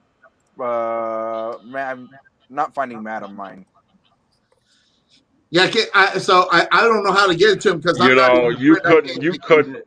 you couldn't find anybody more illiterate when it comes to these links and stuff like that than me. So the wrong person. I would know. In other words, you're telling. So I just sent you a Facebook Messenger, Coach. So you just check your Facebook Messenger and then just copy that link and then send it to him. Yeah. I'll find out why he's not there, but. Andreas, thanks for joining. Hey, no problem. A little bit. No, let Andreas hang out with Matt coming on because. Okay, cool. Well, hang on with him. I'm game. I mean, okay. So, and I Facebook Messenger it to Matt. That's how I do it. Yeah, forward that to Matt. Yeah. Okay. And that'll pop, and then he just clicks on it and he's in. Well, since I got Andreas there and he's already sent the message, what do you think about Deshaun Watson and the whole, you know, drama that's coming across as far as he is concerned? You know, this is a guy who just signed a contract back in September of last year, big money in reality. And I understand why Houston doesn't want to necessarily let him go, but they're going to have to do it.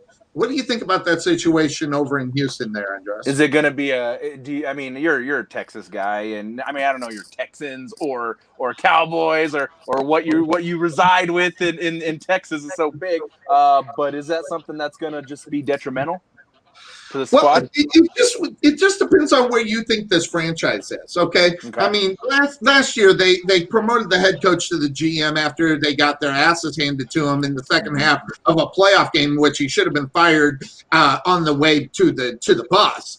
But instead they promote him, and then all hell breaks loose, and then you see the trade to Arizona, you know, and all bunch of BS that's going on there. So I get where Watson's coming from, but when I'm looking at it, I don't know if it's detrimental or not, but, you know, when you get a bad taste in your mouth about a certain thing. It's hard to, get the Listerine and wash it out and still not have that aftertaste of bad taste in your mouth about what's going on as far as that's concerned. Then you got J.J. Watt's going ahead and he's leaving. So, I don't know. It's going to be detrimental to the franchise because of what coach you have to preface it. Tell Andreas that Deshaun Watson is the quarterback of the Houston Texans. I know. Because, if he doesn't have that round ball with the spots on it, he might not know who Deshaun Watson is. Yeah, spots. I don't think we have spots in our the balls anymore. Right? They're all like angles and all that stuff. But I think that Deshaun. There you go. I'll see if I can. There you go. There's your soccer ball. There's our soccer ball right there. Do you know who Fred Slow is? Fred is my boy. Fred is my play-by-play guy. So Fred, how you doing, buddy? He's a friend of mine on my Facebook page, so he gives a message. Fred is. Let me tell you something. Fred is one wild and crazy guy, man. Let me tell you, that guy is. So bring it up. Well, since we got him on here, we're waiting until we can get Matt in. There's more things. I was going to ask you, so speaking of Texans and all this, the mismanagement and all this stuff going on, so I saw that Garrick is trying to promote a campaign that the community buy out the Texans. I mean, is this something you've been following there, Sonny? I heard it, and it's just so stupid I didn't even want to hear it because, it's never going to happen. That's you're talking billions of dollars, and there's nothing in the community that's going to come up with billions of dollars to overtake that. So some of the relevancy, I hear stupid things. I'm capable of letting it go in one ear and out the other without getting it. But the big story in Dallas, I mean, come on, let's be honest. Here's the big story in Dallas, right? What? Wrong one. Wrong button. It's this one right here. I know, right? Dak Prescott making some big, big money, getting what he wanted in reality, if you think about it. And I will tell you straight out, this is a year and a half too late. In reality, they should have, and I say they should have took care of this gentleman, not last year, but before they even got into the season. What has happened, and Coach, I think maybe you can think about it. You think about the numbers, and I keep it with Baltimore. We're talking about just 8 years when Joe Flacco signed that big contract for $20 million. Now, Dak Prescott, $40 million. This is only 8 years later, and they've doubled up that number, and the quarterbacks are beginning to make a lot more numbers. Those numbers just keep going up. In reality, when are we going to get a stop to this? I mean, how much is too much to be paying for a franchise quarterback, Coach? I think you're going to stop for it when TV stop paying the money that they pay, when advertisers stop paying the money that they pay. Even after COVID. Quarterbacks are getting this kind of money because they're generating that kind of revenue. Yeah. The league is a money printing machine. Yes. And so they don't come smarter business-wise than Jerry Jones. And so from a business perspective, Jerry Jones knows what he's doing, and he felt that this was appropriate money to give Dak Prescott. And so was that based upon the numbers, what you're talking about? Because if you go back, and I don't know where I saw it, but, I mean, Jerry Jones is like the gambler, in Las Vegas, hoping that it'll land on a certain number. And I hate to disagree with you. I mean, first that he had as far as contract players for players at positions. He had like 6 or 7 where he had the most, and they haven't done jack crap for him since he's taken over that football team in reality, except for the years with Jimmy Johnson. So, it's great to be part of the new rub, but what good has it done to Dallas Cowboys? Well, what good has it done for them is that they're one of the top, most expensive franchises in the world, yes, sports-wise. And listen, do they have a shot to win a Super Bowl without Dak Prescott? No. That's right.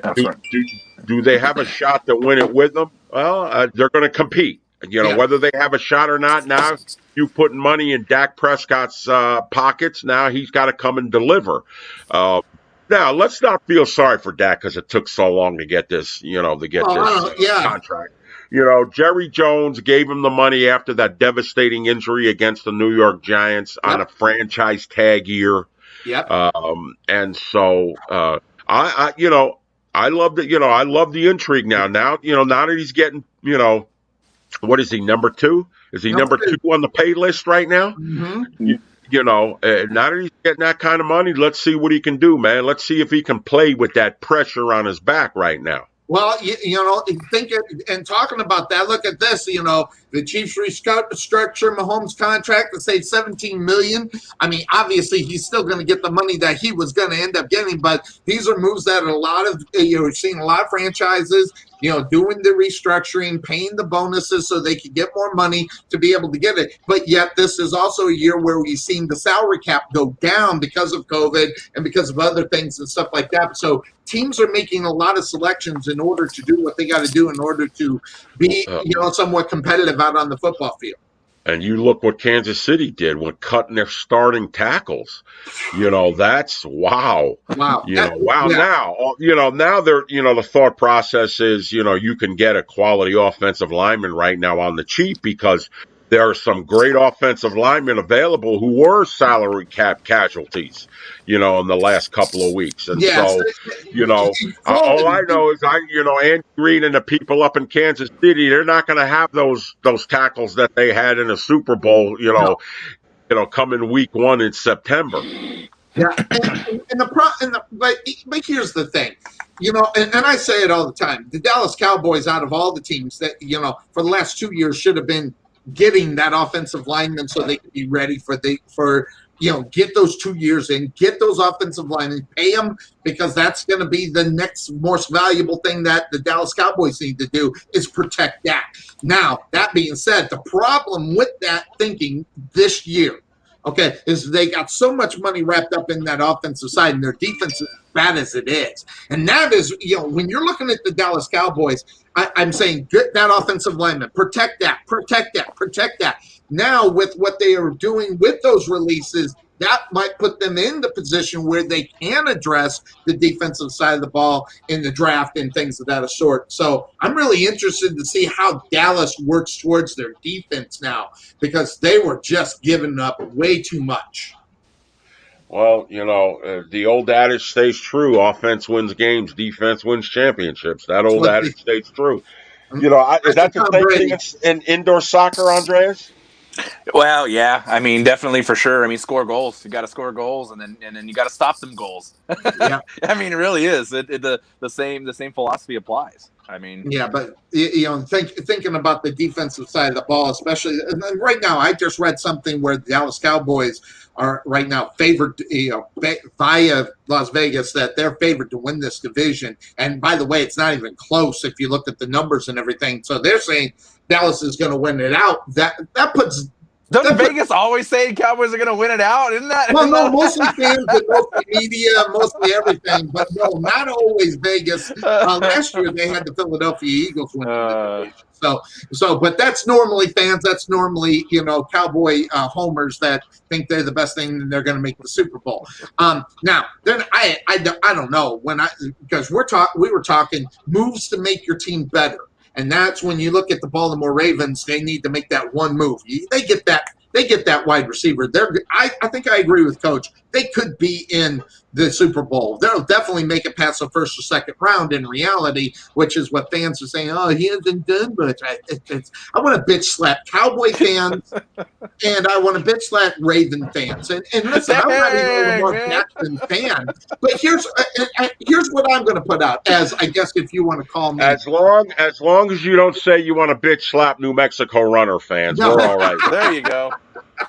But here's my question. I want to go back to Jackson really quick, Coach, because I've said this, and so you're going to tear me up for saying it. Until Lamar Jackson throws consistently for 225 or 250 yards consistently, then you can't really look at him as that quarterback. I know he has the legs, and I know he gets the yards other ways, but when you're talking quarterback, in what you're saying, this could Jackson become that coach killer in reality if he does not become that type of quarterback? He's a franchise quarterback. There's no Sonny. question he is, He's but a he's franchise also on quarterback. the How outside many of that. how many teams in the league would love to have Lamar Jackson as their quarterback? Yes, but how many teams that are capable let's go think about Arizona. The coach over there has got offensive plays set for that Kyler Murray.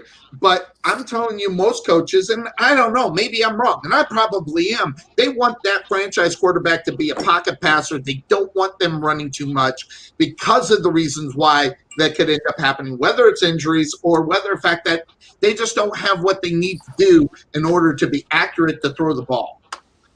And they see it as I don't know if I necessarily agree with that. The game has changed so much with this, the inside-outside zone being a part of it, and it's not that they don't want their quarterbacks running; they don't want their quarterbacks taking hits. Yes, you can run and step out of bounds, get down on the ground. Don't take don't be the cowboy and take the hit.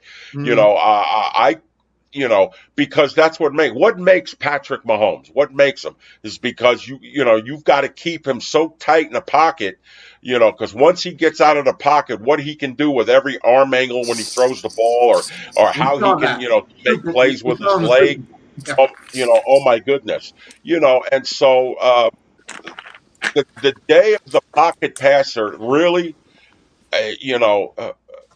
is almost, we got Tom Brady, and it's hard to say, well, the game has moved on from that pocket passer, but Tom and Ben are like the last two guys that stay inside the pocket. Well, on the majority, though, Coach, on the majority, and I'll do this. Let me put this up here. Let's see if I got the right one right here. No, that's cap space. And these are quarterbacks. Now, obviously, these are the high numbers. Dak Prescott, I think that, basically he is a pocket quarterback and he can run. Same thing with Russell Wilson.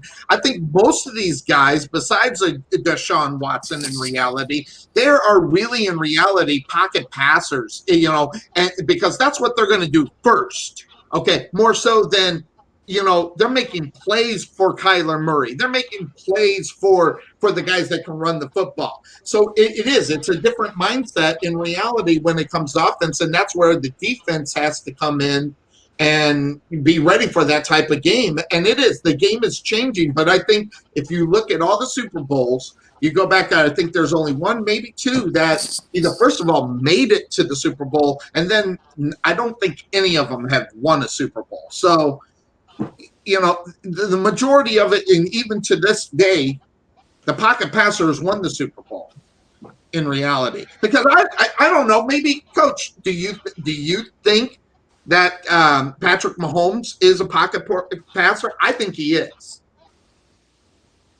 I mean, he can deliver from the pocket, but his brilliance is when he gets outside that pocket. That's where his brilliant stage is. That's where his dangerous stage is, when he gets outside the pocket. And that's what, as a defensive guy, that's what would scare me the most about going up against the Mahomes is what happens once he gets down outside the pocket. You know what I'm saying? He doesn't necessarily have to cross the line of scrimmage.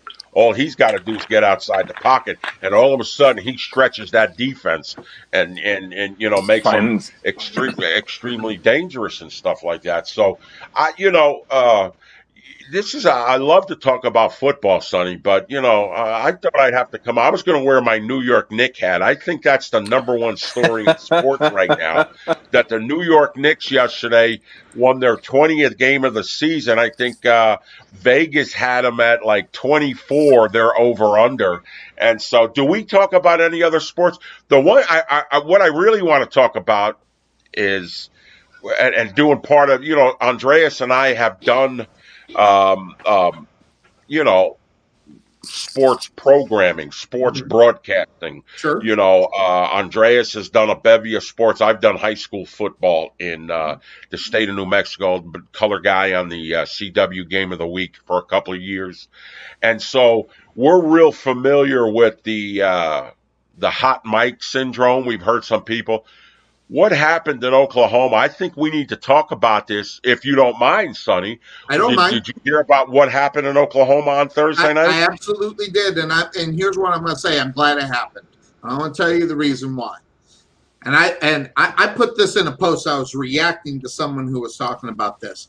What the great thing about the mic being hot, you got to always think about it. If you have a mind to where you don't think that way, you don't really have to worry about what you say on a hot mic. You know, I think of being on a hot mic as if you're drunk. Or, you know, in this case, what was his excuse? What was Diabetes. it? Diabetes Yeah. is all what right. I So said, yeah. that's his Low excuse. blood sugar. Here's the thing. All right. If he's under the quote unquote influence of that, it's just like being drunk. What's on your heart is what comes out when you're drunk. And I got news for you. It's easy to recognize what kind of guy that is, and I stay the hell away from him. So here's what I say. I'm glad it happened so I could stay the hell away from him, but I'm sad that it's happening because we still live in a society where people just cannot, and I got it on my Facebook page. You know, in reality, you know, it's only one race out there. It's the human race. We got to stop this nonsense of that nonsense that, you know, you know, me being in a interracial marriage, okay, I never saw it until I had it, and it's amazing how bad it is. And so I'm glad it happens where I can see it. Racist people have a habit of talking, and I'm so glad that they do, because then I could recognize who they are and I can stay the hell away from them. That's the only thing I look at it. But as far as what happened, when it happened, and why it happened, someone should have took him back in the back shed and kicked the holy hell out of him, because those girls did not deserve that whatsoever, and he deserved an ass kicking in reality. Regardless if they got, you know, skin, you know, the thick skin, and they don't have to worry about it, that's irrelevant. That means you can just see where it's going on. Texas is really horrible with. Listen, I want to move back to Arizona so bad, it's so racist here, and Arizona's bad enough. Okay, I don't know how it is in Oklahoma, because that's where this took place. Was in Oklahoma. I've been to Oklahoma 5 times in my life, so I don't necessarily know how it is, but I'm glad it happened, so I know what to stay away from. Andreas, that's a good take there, Sonny. I definitely can see where you're coming from. You know, first of all, I agree with you that you know what's on his heart. That's not good. You can't have that. I mean, absolutely. Period. You know that definitely is something that is very, very important to recognize us as human beings, as everybody, you know, living our daily lives, to recognize those people. They do exist, right? Mm-hmm. The fact that the setting it was at, you know, being in a broadcast, you know, that whether your heart was, you know, in a certain place or a different place, number one thing in broadcasting, always your mic's always hot, right? You know, Always. but the fact that he was focusing on that over the game was concerning, because, you know, I mean, your job is to broadcast and produce the game and call the game. And so if you're feeling those feelings before a game even starts at a high school level, I mean, dude, you have some issues. And so, you know, of course, I mean, people are the way they are. Okay. And it's just a matter of, we all just got to come together and show folks, hey, okay, look, we can't be doing that. Let's and look, I don't know if this is his first time. Maybe it was, maybe it wasn't. I don't know. We don't know. It wasn't. And so you don't. so it wasn't. Andreas, you don't do that unless you do it, and you do it on a regular basis. Was it? Yeah. And then he had intentions, right? Wrong, but that guy does it all the time. So he had intentions, and of course, you know, I don't think those people deserve to be a part of what we do as sports. Sports is meant to bring everyone together, no matter what level it is. It's a common denominator for everybody, and so people like that, they don't deserve to be around what we're doing with the sports world, around athletes, around you know, anything, whether it's soccer, baseball, basketball, football, you name it. So it's very concerning hearing that. And I mean, I don't know what I didn't follow it past what happened. I didn't know what his repercussions were, consequences were of that. I don't know, because I know he was a guy that owned the broadcasting company that called the sports. It was a subcontract. Subcontracted. It was a subcontracted company from doing a the subcontracted company. Yeah. Yeah. But yeah. I mean, Coach, you're not you're very familiar with racial slurs. This is not the first. I mean, this. By the way, this is not the first time it happened. It won't be the last because people are that way. I mean, and you deal with this all the time. As All far the time, as all the time. Being a Native American, and when you go on the road, we know that the crowds on the road are raucous Rough. and rough and Well, you drinking. dealt with it in this. You dealt with it, when you were in Albuquerque when you're traveling. I know you did. I think we even had a conversation once. Yeah. Where the fans from the other places were all over you in that way. The shame of it is that I think that you're absolutely right, Sonny. The three of us have always been around a hot mic, and never would happen with the three of us. Those mistakes on a hot mic would never happen with the three of us because it's not in us. Right. You know what I'm saying? Not even excuse me, not even cussing on a hot mic wouldn't be part of what the three of us have done. When you spew that hatred, on a hot mic for high school girls. Yeah, high school. You know what I'm saying? That's crazy. High school girls, you're lost. Yeah. You're out of balance with the world. Yeah. And so, you said that he got taken to the woodshed. He's getting taken to the woodshed. Yeah. When this thing made national news, he's got to look at his family. Yeah. He's got to look at his children. He's got, he's left a heck of a legacy for them. Yep. And so, he's getting his ass kicked. Action, what he did. It's embarrassing. There's no doubt. You got to be done with that. And there's nothing more embarrassing that you can do. One of the things that, of all the years of the racist stuff, the hatred that was spewed towards me about being an American Indian, the only time I ever reacted to it was someone called me something very viable one time. And I looked up in the stands because it was vile, and he had a young kid sitting next to him. Yeah, okay. And that's the only time I really ever got mad, to say, like, I literally, my response to him was, "Sir, you're a jackass," and it's learned behavior, obviously. And I know that this guy shouldn't be anywhere near high school athletics. Yeah. I know this guy shouldn't be near, any of, shouldn't be able to talk publicly again. Period. Because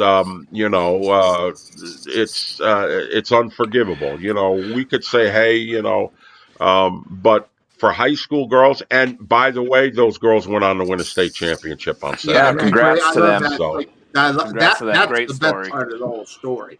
In reality, so it's never going to go away. Yep. And overcoming that adversity. Yeah. And think about it. By the way, basketball coach, now we're in the Sweet Six, not Sweet Six, but March Madness and everything. Totally different look than what we're normally looking, but with no fans and everything. But this is the thing, as far as, by the way, yes, I had it set up, ready to go. This right here. Look at this. I mean, we are talking no Duke, no Kentucky in the tournament. I listen, I'm 54 years old. I can't even remember back to 1976 when they didn't make it. That just blows my mind. I mean, unbelievable that we're not seeing somebody. So, and this is the COVID world right now that we're living in. Did COVID have everything to do with that, or is that just coaching's catching up to the coaches? What do you think? I don't think it's COVID, because everybody played under COVID. Kentucky has been a one and done program, and so they've relied on one or two of those guys that would move up the NBA. They didn't get that guy this year. And as far as Duke, I think it was injuries, and I think that the great thing about college basketball, the great thing about it is the tournament. You know, the Broadway drama that tournament has. I think this is part of the drama. No Duke, no Kentucky. I think I'm all for it. That means two other teams get to come into this thing, and so I think it's just part of the Broadway drama. I think it's pretty good that we don't see Coach Cal or Coach K. You know, weird, we see isn't some. it, Yeah, well, it's a different. the tradition. Yeah, what tradition's right. You see, you expect him. It's an expectation every year to see those teams in the tournament, right? And regardless how bad they are. so it'll be it'll be an interesting perspective to see, at least in most people, like to see how this pans out, how the tournament goes. I mean, I think what was the latest? I was pulling it up. Let's see, Kansas and Texas. Let's see here. I was trying to see. I saw something about Kansas and Texas. Kansas, I think, has been removed from the tournament, right? Their own tournament, their Big 12. Was that what it was? Don't know. No, they lost. They lost. Okay.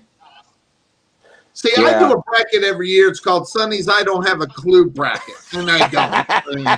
And it's been tradition and hopefully expected because I'll do it again because I don't have a clue. I do know what I do know is being from Illinois. Illinois got a good program. Finally, you're talking about they haven't had a good program since Kenny Battle. Yeah, you gotta go back to the 80s for that. Sorry, I didn't mean to do that to you guys. But they go back to the 80s. Program since the 80s. And so thinking about, like you said, seeing some other teams that are actually, you're putting themselves in a position where either A, they're going to be successful in the tournament, or B, make a splash, take someone out that they have no business doing. That is the drama. That's the love of what March Madness is all about. But one thing I don't know, and I'm going to ask you guys, I hate this. They play a game and then they end up being the last seed in each side. It drives me nuts. You just pick the frickin' team and let's just start with the program. I don't get this because no one's made it past the first round when they've done that. Why are they wasting their time and money? Well, we know why they're wasting the time because it's it's real simple when you talk March Madness and you talk the popularity of what it's about. It's all. And it's all about the money, and that's the reason why they do it. But I think they should blank it out. I think they should just take it completely out. That stupid game to get in, it's a waste of time. So, what do you think about the play you get in thing? I love the drama. I love the drama. I love it watching. I've always watched what makes any tournament exciting. Players are playing with the season on the line. Yeah. One team moves on, one team's packing up for the off season and stuff. Yep. And you get the best performances, you get the best coaching, because you're coaching for your proverbial seasonal life. Yes. And so the more of those kind of games I can get, the better for me. Yeah. I don't know, Andres, you like to play in, you get in, or you just started with the 64? Yeah, I usually just do the 64 thing, and then I kind of. It's nice to have a Thursday afternoon off. Yeah, of course. Right? I mean, I kind of play the game, the Sonny Clark game, where I don't know what the hell I'm doing. I'm just gonna pick teams and see what happens. That's what I do. I'm so dumb. I picked Xavier to win the damn thing about 4 years ago. So there you go. Yeah. Can you not see Andreas? Can you not see Andreas going? Ooh, the team colors are turquoise and green. Wait, hold on. You're close. Coach. This is total BS. Because this is what I do, right? I say, okay, who beats who in a real life setting? Okay, so would a UConn Husky beat a Duke Blue Devil or something like that, right? Who would beat who? And then based on that, I would advance to the next round. When picking NFL, what do you mean, a dolphin over a bear? I'm picking the Bears. Yes, sir. That's how I roll. Come on, man. Come on. It's a fun way to play the game. Yeah. The blasphemy. Oh, you gotta love it. Will a Jayhawk beat whatever? I mean, I don't know. I mean, it's like what I don't know. Yeah. What were some of the names of the last few champions? The Buccaneers, right? The Buccaneers. Bucks. College champions. What was the nickname of the NC2A champion? Crimson Tide. Oh, the elephant. So the elephant beat the Buckeye, or the elephant ate the Buckeye. Is that how it went? I ate the Buckeye because that's an olive, right? A Buckeye olive or something like that. Isn't that what it is? Yeah, something like that. So the elephant wins. Yeah. I would say yeah. Something like that, right? Something like that. I love it. Yeah, that, I don't think of it that way because I think of the Cheers episode, so I don't do it that way. Although, but there you go. Anyway, but that was one of the other things. Now here's and I'm very interested in what Coach thinks about this. This just happened last night. Yeah. This one, listen, I'm going to tell you right now, Marvin Hagler is my third favorite fighter ever. And more so, obviously Muhammad Ali is who he is, but Marvin Hagler, number 3, of course, my number 2 is Sugar Ray Leonard. So it's just, but Hagler, I mean, first of all, he had a hell of a name. He had a stud name, it wasn't a wimpy Hagler. I mean, so that's part of me intrigued me about his name. And then Marvelous, I mean, he's got all the things that you'll put the eyes on him, and then he kept your eyes there, Coach. I mean, this guy was one of the best fighters ever. Andreas might be a little bit too young. I've heard of him. But marvelous. Andreas came from the Saved by the Bell era. Wow. I was born in '86. Okay, I don't even know if that's Saved by the Bell. Jeez, if you look behind Andreas on his shelf, I think there's a figurine of that. You know what I'm saying? Wow. From Saved by the Bell. Wow. Marvin Hagler was an icon. Marvin Hagler was one of the best brawlers and fighters that there are. When you see these fighters, they were from the golden days of boxing. He's one of those last, really good fighters. The game has changed now. When Marvelous was around, there was no UFC, there was no MMA. That was the ring. Boxing was so it. You got these. That's it. You got these gladiators that would go in there, and when Hagler was a champion, it was a 15-round event, not a 12-round event the way it is now. Championship fights went 15 rounds, and these guys stood in front of you for as long as they possibly can. Thank you. My assistant just gave me a water. They stood in front of you as long as they could, and it really is. It hurts to see Marvin Hagler leave the boxing world and it just to leave so young too. 66 is young.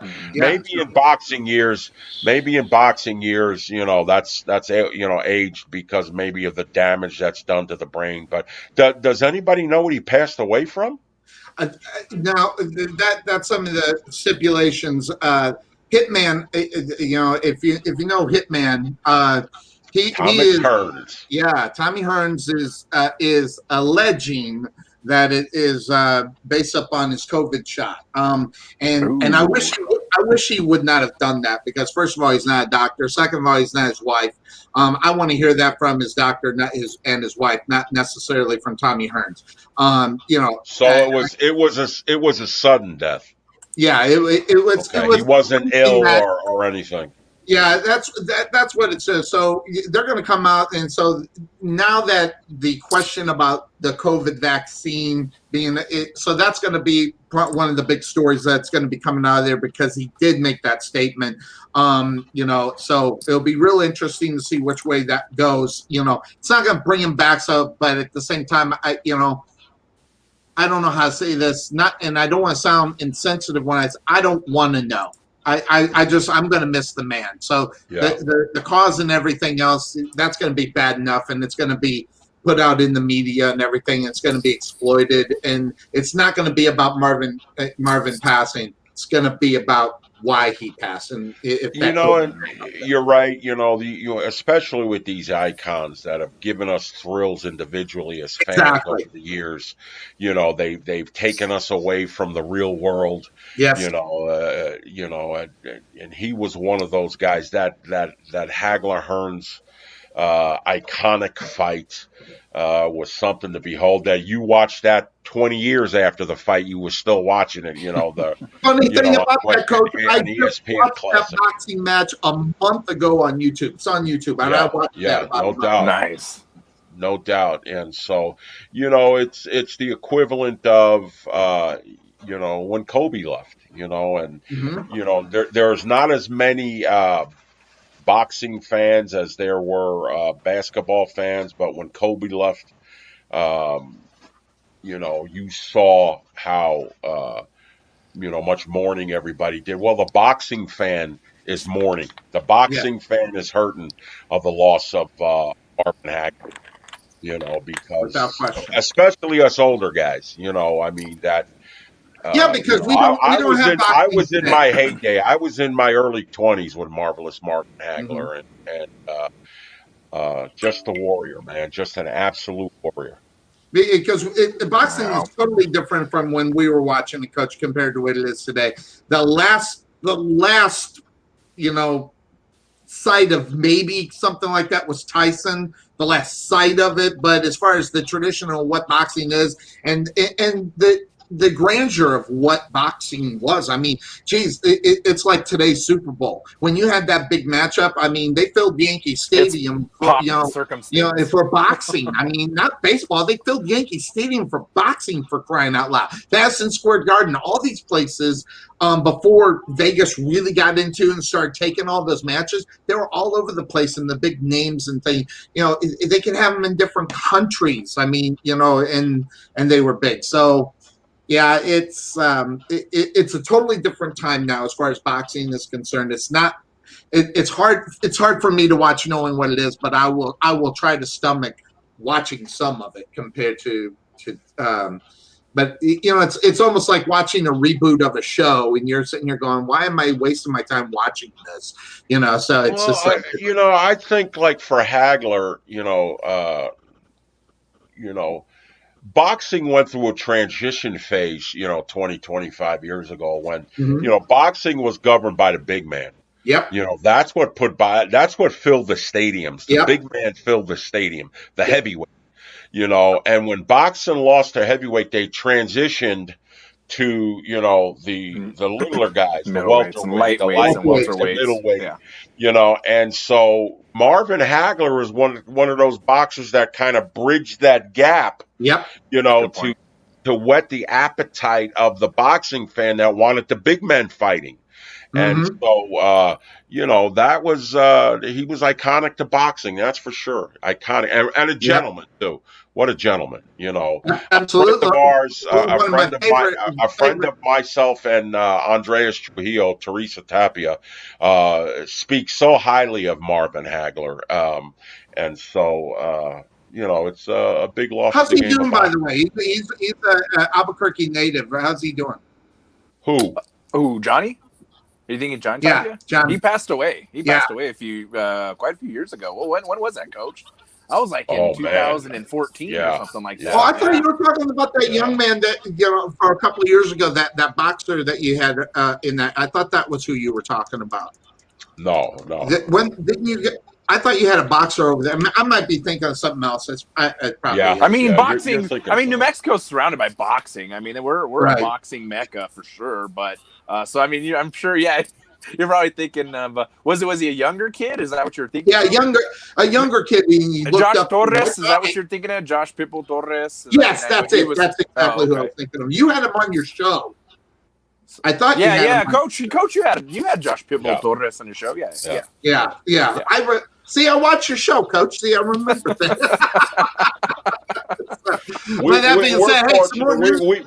we've been fortunate. We've had fighters. We've had some great MMA fighters, some champion MMA fighters come on and stuff. Are you still doing that show, by the way? Are you still doing the show? I haven't watched I just have been, I've been begging Andreas to come on and do it with me, but he's, We did do it. What are you talking about? We've done it. No, I'm talking about come on and be, the co-host and stuff like that. He says I'm too busy. I've got this I got to do. I got that I got to do.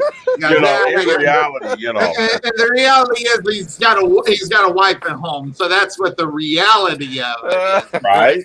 Yeah. So some more news. Put this out here. Wrong one. I wanted to hit this one. I mean, Baltimore, because I had Baltimore on the mind because I had my guy coach come in. Des Bryant says he wants to play for the Arizona Cardinals. I want to play for the Arizona Cardinals too. He's got about as much chance of playing for them as I do. Yeah, you don't want to hear my take on Des Bryant, but keeping it as far as talent is concerned, some of the things that people are talking about, there is a door open for Larry Fitzgerald to come back. He has not taken that, the bait to come back yet, and so they were talking about depth-wise to bring Des Bryant in there. But isn't he past his prime? And how about this? He still hasn't matured because he throws a fit over the COVID thing that kept him out of the game, and he throws the fit. This guy still hasn't grown up over the time. I mean, well, listen, at some point, don't you have to learn the professionalism of what football is, Coach? He's made his money. He's put his time in. He's earned his pension. Now go off and have a good life. Yeah, to go from Larry, it's an insult to a Larry Fitzgerald to say that Des Bryant could replace him. Exactly. That's an insult. And I think Larry Fitzgerald. When J.J. Watt signed with Arizona, I believe that Larry Fitzgerald will drink from the fountain of youth and go, man, I got to give this a run one more time. Yeah, it's all about the money now. It's about winning. It's about winning a championship. When Blake Griffin took the veteran minimum to go play with the Brooklyn Nets, the veteran minimum he took. Here's a guy that was making $30 million with the Pistons, and he took the buyout and signed the veteran minimum. When they asked him, why would you do that? He said, I want to win a ring. Yeah. And that's the reason why Larry Fitzgerald should have signed with the New England Patriots 6 years ago. I'm telling you right now, we were talking about it on this show 6 years ago. We were saying Larry Fitzgerald needs to get the hell out of Arizona. It's not the right fit for him. Never mind the 20 quarterbacks that they had before in order to try to deliver the ball to him. Never mind the championship. Never mind winning the division. Get your ass and get over to New England. He never did it. He stayed faithful to the Arizona Cardinals. For what reason? He had no real reason to have to do it. Well, I think you know why. I mean, listen, they're a scary team, and with J.J. Watt going against, I forget what the other defensive end's name is, with them bringing that heat now on the defensive side, which is going to allow them to play more man defense, which is going to allow them to be more aggressive. I think that, Arizona is a sleeper. I mean, without a doubt. And Kyle Murray's going to get, what is this going to be, his third year coming into? He needs to stay healthy. And Kyle Murray coming in there, I think you got the best receiver in the game without a doubt. And then, you're Larry Fitzgerald being a number two,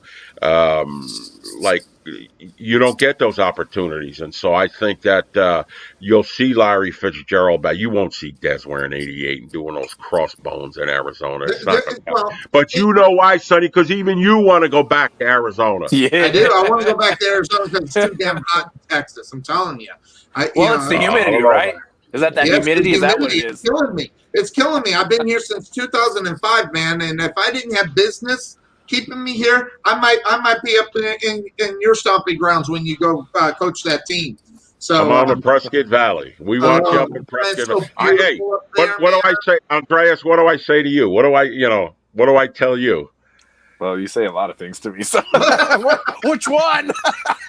You say a lot of nuggets of advice. So come up to Prescott Valley. Come out. It's beautiful. Well, we are planning to. I am planning to go hang out with Coach here, I don't know, in the next few weeks or so when he gets back out there. So that should be fun. Yeah, we couldn't get Matt. I evidently couldn't get him the link to get over. I wish we could get him in here, but lots of good stuff. And that being said, there was one other thing I had on my list that I wanted to talk to Coach about. Now, listen, as what I do, on the show, we criticize. That's just what we do. That's what guys do. But I want to know why everybody loves T.J. Hilton, T.Y. Hilton. I want to know. Because first of all, he's not a number one. Second of all, he's not my new term, a step up number two. Okay, he's lucky to be in number three. Why are the Kansas City Chiefs going after this guy? That and this, by the way, when I read this, I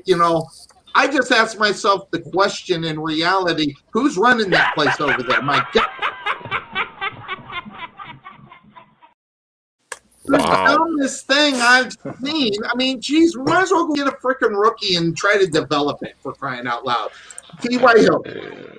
I love T.Y. Hilton. I think T.Y. Hilton is an outstanding player, man. I think, when an Andy Reid, who knows exactly what, maybe the best offensive play caller, the best talent evaluator. When Andy Reid is interested in a T.Y. Hilton, that'll tell you something about T.Y. And they have a hold of my sleeper. I'm going to tell you, my sleeper pick this year is going to be the Indianapolis Colts. Wow. I think they absolutely stole Carson Wentz.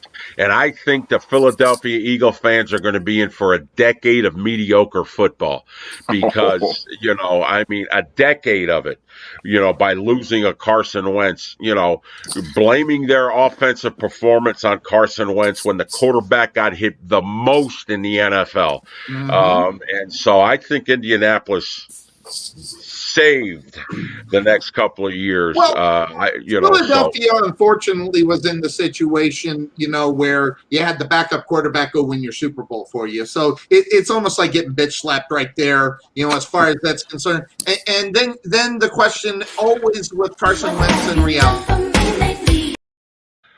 And he didn't do anything. And that, whether it's being injured, whether coming through in the big game, trying to make your team.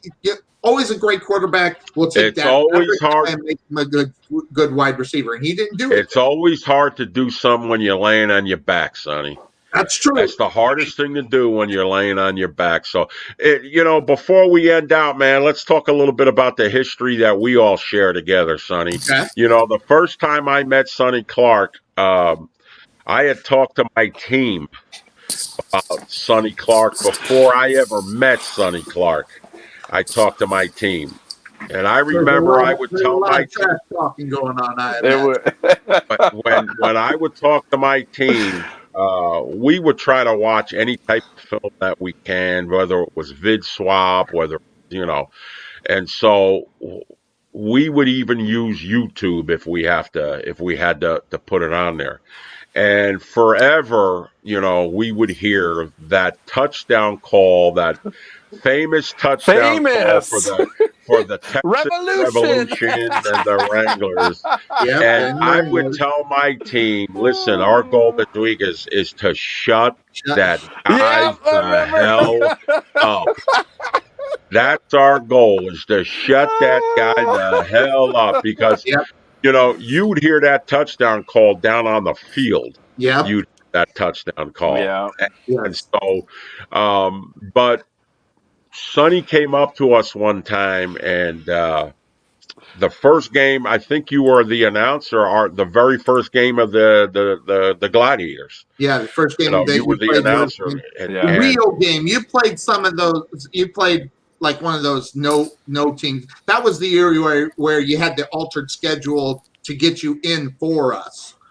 We opened up the season with you guys. You guys, I think it was the third game or fourth game of the year. Yes, we opened up because what had happened was we replaced the New Mexico Stars, if you remember. The New Mexico Stars, which was a team Andreas and I were affiliated with for 1 year, and we replaced them because they were under bad ownership and stuff and couldn't get it done. And so the league called the league called us. The league called us to say, can we replace them? And our first game was the Texas. Were you the Wranglers or the Revolution then? Revolution. They were the Revolution. And so we played them and laid an egg. It was our first day in pads, the game. It was, and I remember I went up to the coach after the game. They beat us by 50. And I went up to the coach after the game and said, I promise you the next time that we see you, we'll give you a better game, and we ended up playing them the last game of the year, if you remember, Sonny, and the winner of the game made the tournament. The loser ended their season. The loser ended their season. We turned the ball over with less than a minute to go inside, going into the end zone to take a 2-score lead. And you always spoke so well of our program that we became friends. You remember, Sonny, how well you were talking about it on your broadcast about, man, this team from Albuquerque, they're so hardworking. They're so, He would say your second favorite team, obviously, because you couldn't down your home team that you were there. You know what did it? It was the effort that you guys put out on the football field, especially your first year in CIF.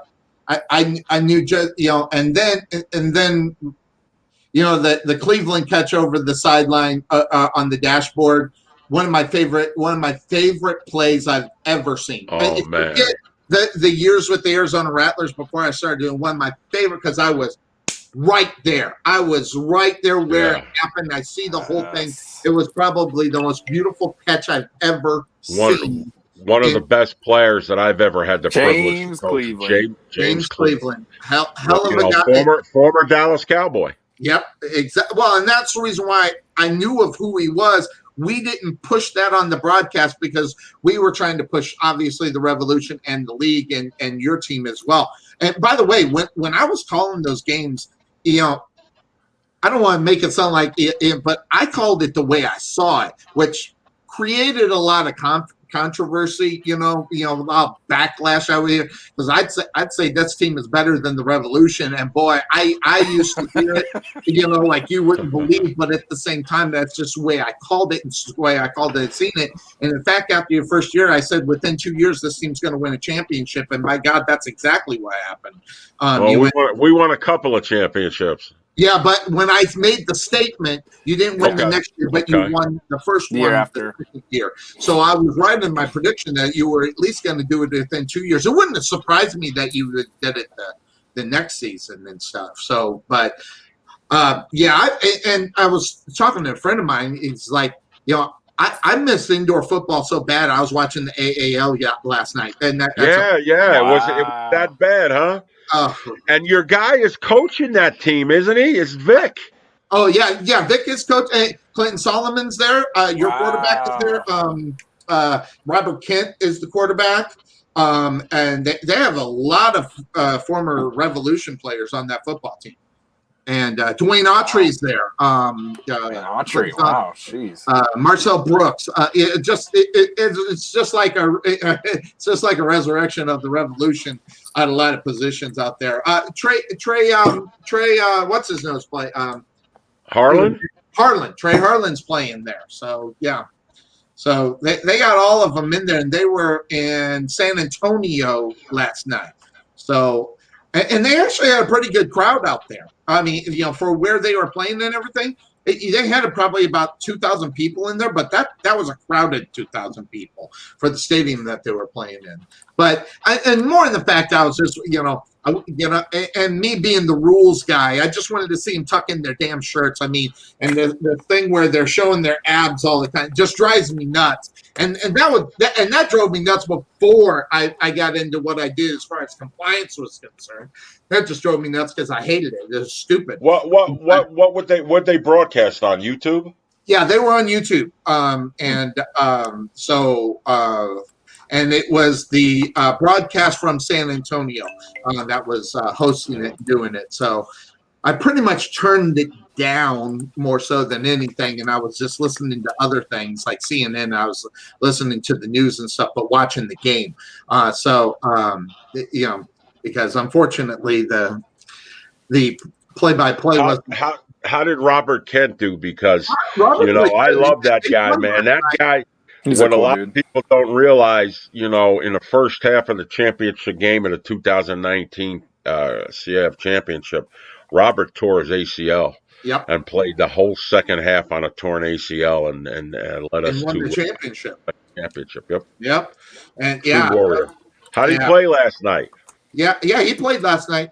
He played pretty good, and they won. They gave up toward the end, like most teams when they're far ahead, they give up the points and stuff. But they knew they were going to win, kind of thing. And they took off at about the midsection of the third quarter and started playing. Yeah, that's how bad I was watching AAL indoor football. So that's how much I missed the He's game. missing it. Watching that product. It is what it is. But I'm glad you guys came on. It was on a whim that it was like, you know what, I'm gonna call Coach see if he's busy. I'm glad that you guys were able to take some time and come visit the Couch Potato Sports Show, having a seat on the hardest working man in sports radio, man. We can't miss out on the hardest working man in sports radio. Come on, bro. You know that. So, I find out why Matt, if hopefully I did not offend him. I don't know how I could have, but if I did, I hope I didn't offend him, because I can't Matt offended? For 7 years, I've been trying to offend Matt Kayward, and I just have not been successful. For 7 years, I'm trying to offend him, and it just doesn't work. I'm not sure how. And Coach has gone through extensive measures. Okay, Coach has gone through very extensive measures to offend Matt. And I know the story about the I won't even get into the bathroom stories that you guys have. So that alone we have to put stories of that's the Couch Potato Sports Show after dark. Okay. Yeah, there you go. Wow, exactly. The stories have made their way down to Dallas. Wow. Yes. Those stories and stuff, but Sonny, we go way back. One of the things that I always look forward to when we went down to your place, you and I would go disappear somewhere, find some lounge, some spot where we could just go and visit and talk. And I always enjoyed that because, it kept me calm, before a game and stuff like that. Yeah, so you can beat me up before you get to it. One thing I learned from you, and the folks that don't know, you get to see this guy right here. I'm gonna tell you where I realized that this guy is human. As far as being bigger than life, he lost the game that just happened to be at the the Dodge City Law game. Dodge City. Dodge City Law, and you lost that game, and it was by a few points. And I walked up, and I was going to go see him, and I just saw his face, and it was a game where I was like, you know what, I'll come and see him in about 20 minutes because this guy didn't need, and this was my always belief. I think reporters should not be able to talk to him for at least an hour. Because they got to get out what they got to get out, whether it's but you don't want to do it in front of a fan. You don't want to do it in front of a camera. You don't want to do it in front of a reporter. You just need that time to get away. That's why I think NFL reporters should not be allowed in the locker room. They should find the place in about an hour after the game and then talk about it to give. But I could just tell, that was not a time to go eat, not because you disliked me. It was just a time that there would not have been a productive conversation at that point, at that time. And that's where I learned a lot about men in this game and what it means to them. Now, forget about the fact that it's football, but it's what it means to them. And I learned that just right there, and I'll never forget that day. And I think that's what made me grow to love you even more than you already is. Unfortunately, I'll never forget it either. Was that the botched kick? Is that what that was? Yep. Yeah, we were out. We told our kicker kick it out of bounds, and what did he do? He kicked it right to the receiver, right? He kicked it right to somebody who just. It was McKinney, wasn't it? He kicked it to McKinney. which was another problem. I don't remember what receiver it was, but he kicked it kicked right to somebody, and he just ran it in for 10 yards. That was the last play, and we ended up losing the game. Yeah. But Sonny, you're a genuine human being, man. I try to be. Yes. I've teased you a long time too, and you take it, and today I just want to say I want to thank you. Coming here, spending a little bit of time with you. I lost my dad on Friday, God. and so this was a good respite to come and Andreas is my brother, so to come see and spend a couple hours and talk about sports, which is it takes us away from the world, and so I really enjoyed coming here and talking about sports. This show exists because of those situations. I lost my mom about 12 years ago, and I just needed something to get the hell away from it. And then when I lost my dad 3 years ago, we weren't doing a lot of this. I fell back on wrestling. Sometimes you got to find something that will just calm this down because it's moving way too much inside. And sometimes, and I'll say it, this show as well as wrestling might have, I'd probably be a depressed mess if it wasn't for this show. So, you're right. Sometimes you just got to be able to get away and think about the things that won't bring you down and see if there's a way that you can lift yourself up. So that's what this show is really all about in reality. But I think you do a great job, man. I think you do a great job, Sonny. I mean, you're out there, you're talking about everything, anything sports, even outside of sports, man. That's what's cool. I mean, I think people tend to forget the other elements of life, right? When you talk to Coach B, you get real philosophical because now you're diving deep into the human spirit. You dive deep into the human condition, and then it just opens things up to realize, hey, you're feeling these feelings, or and now, hey, you have understanding and clarity. And I think that's one thing that you do really well is you provoke those questions. You ask those questions and you provoke those thoughts of, hey, well, maybe there's other perspectives, and so that's why I love Coach. I love you. I love our history and all that good stuff. Yeah, the history makes it even better. That's the reason why I have Cuervo, a young guy, because sometimes I'm too old school to be, to even understand new school. That's why I have Cuervo on the show normally. Kind of brings me into the new school and tried to help me understand young people, which is quite hard. But it is what it is. So, but I'm glad you were able to hop on with us and spend a little time with us on the show. I appreciate that, guys. Thank you. So, but that's gonna wrap it up for us here on the Couch Potato Sports Show. Make sure you join us every Sunday. Again, 12 years in the business is just what we do. Make sure you join us next Sunday. I don't know if we're going to be talking sports. I don't know if we're going to be talking wrestling, but we're going to be talking something. Wait, we need to talk about going to the moon, man. He knows he's going to be talking. I'm going to be talking sometimes to myself, but it is what it is. So for Andreas and Coach, this is Sonny Clark. This is the Couch Potato Sports Show. We'll see you next Sunday. Right here.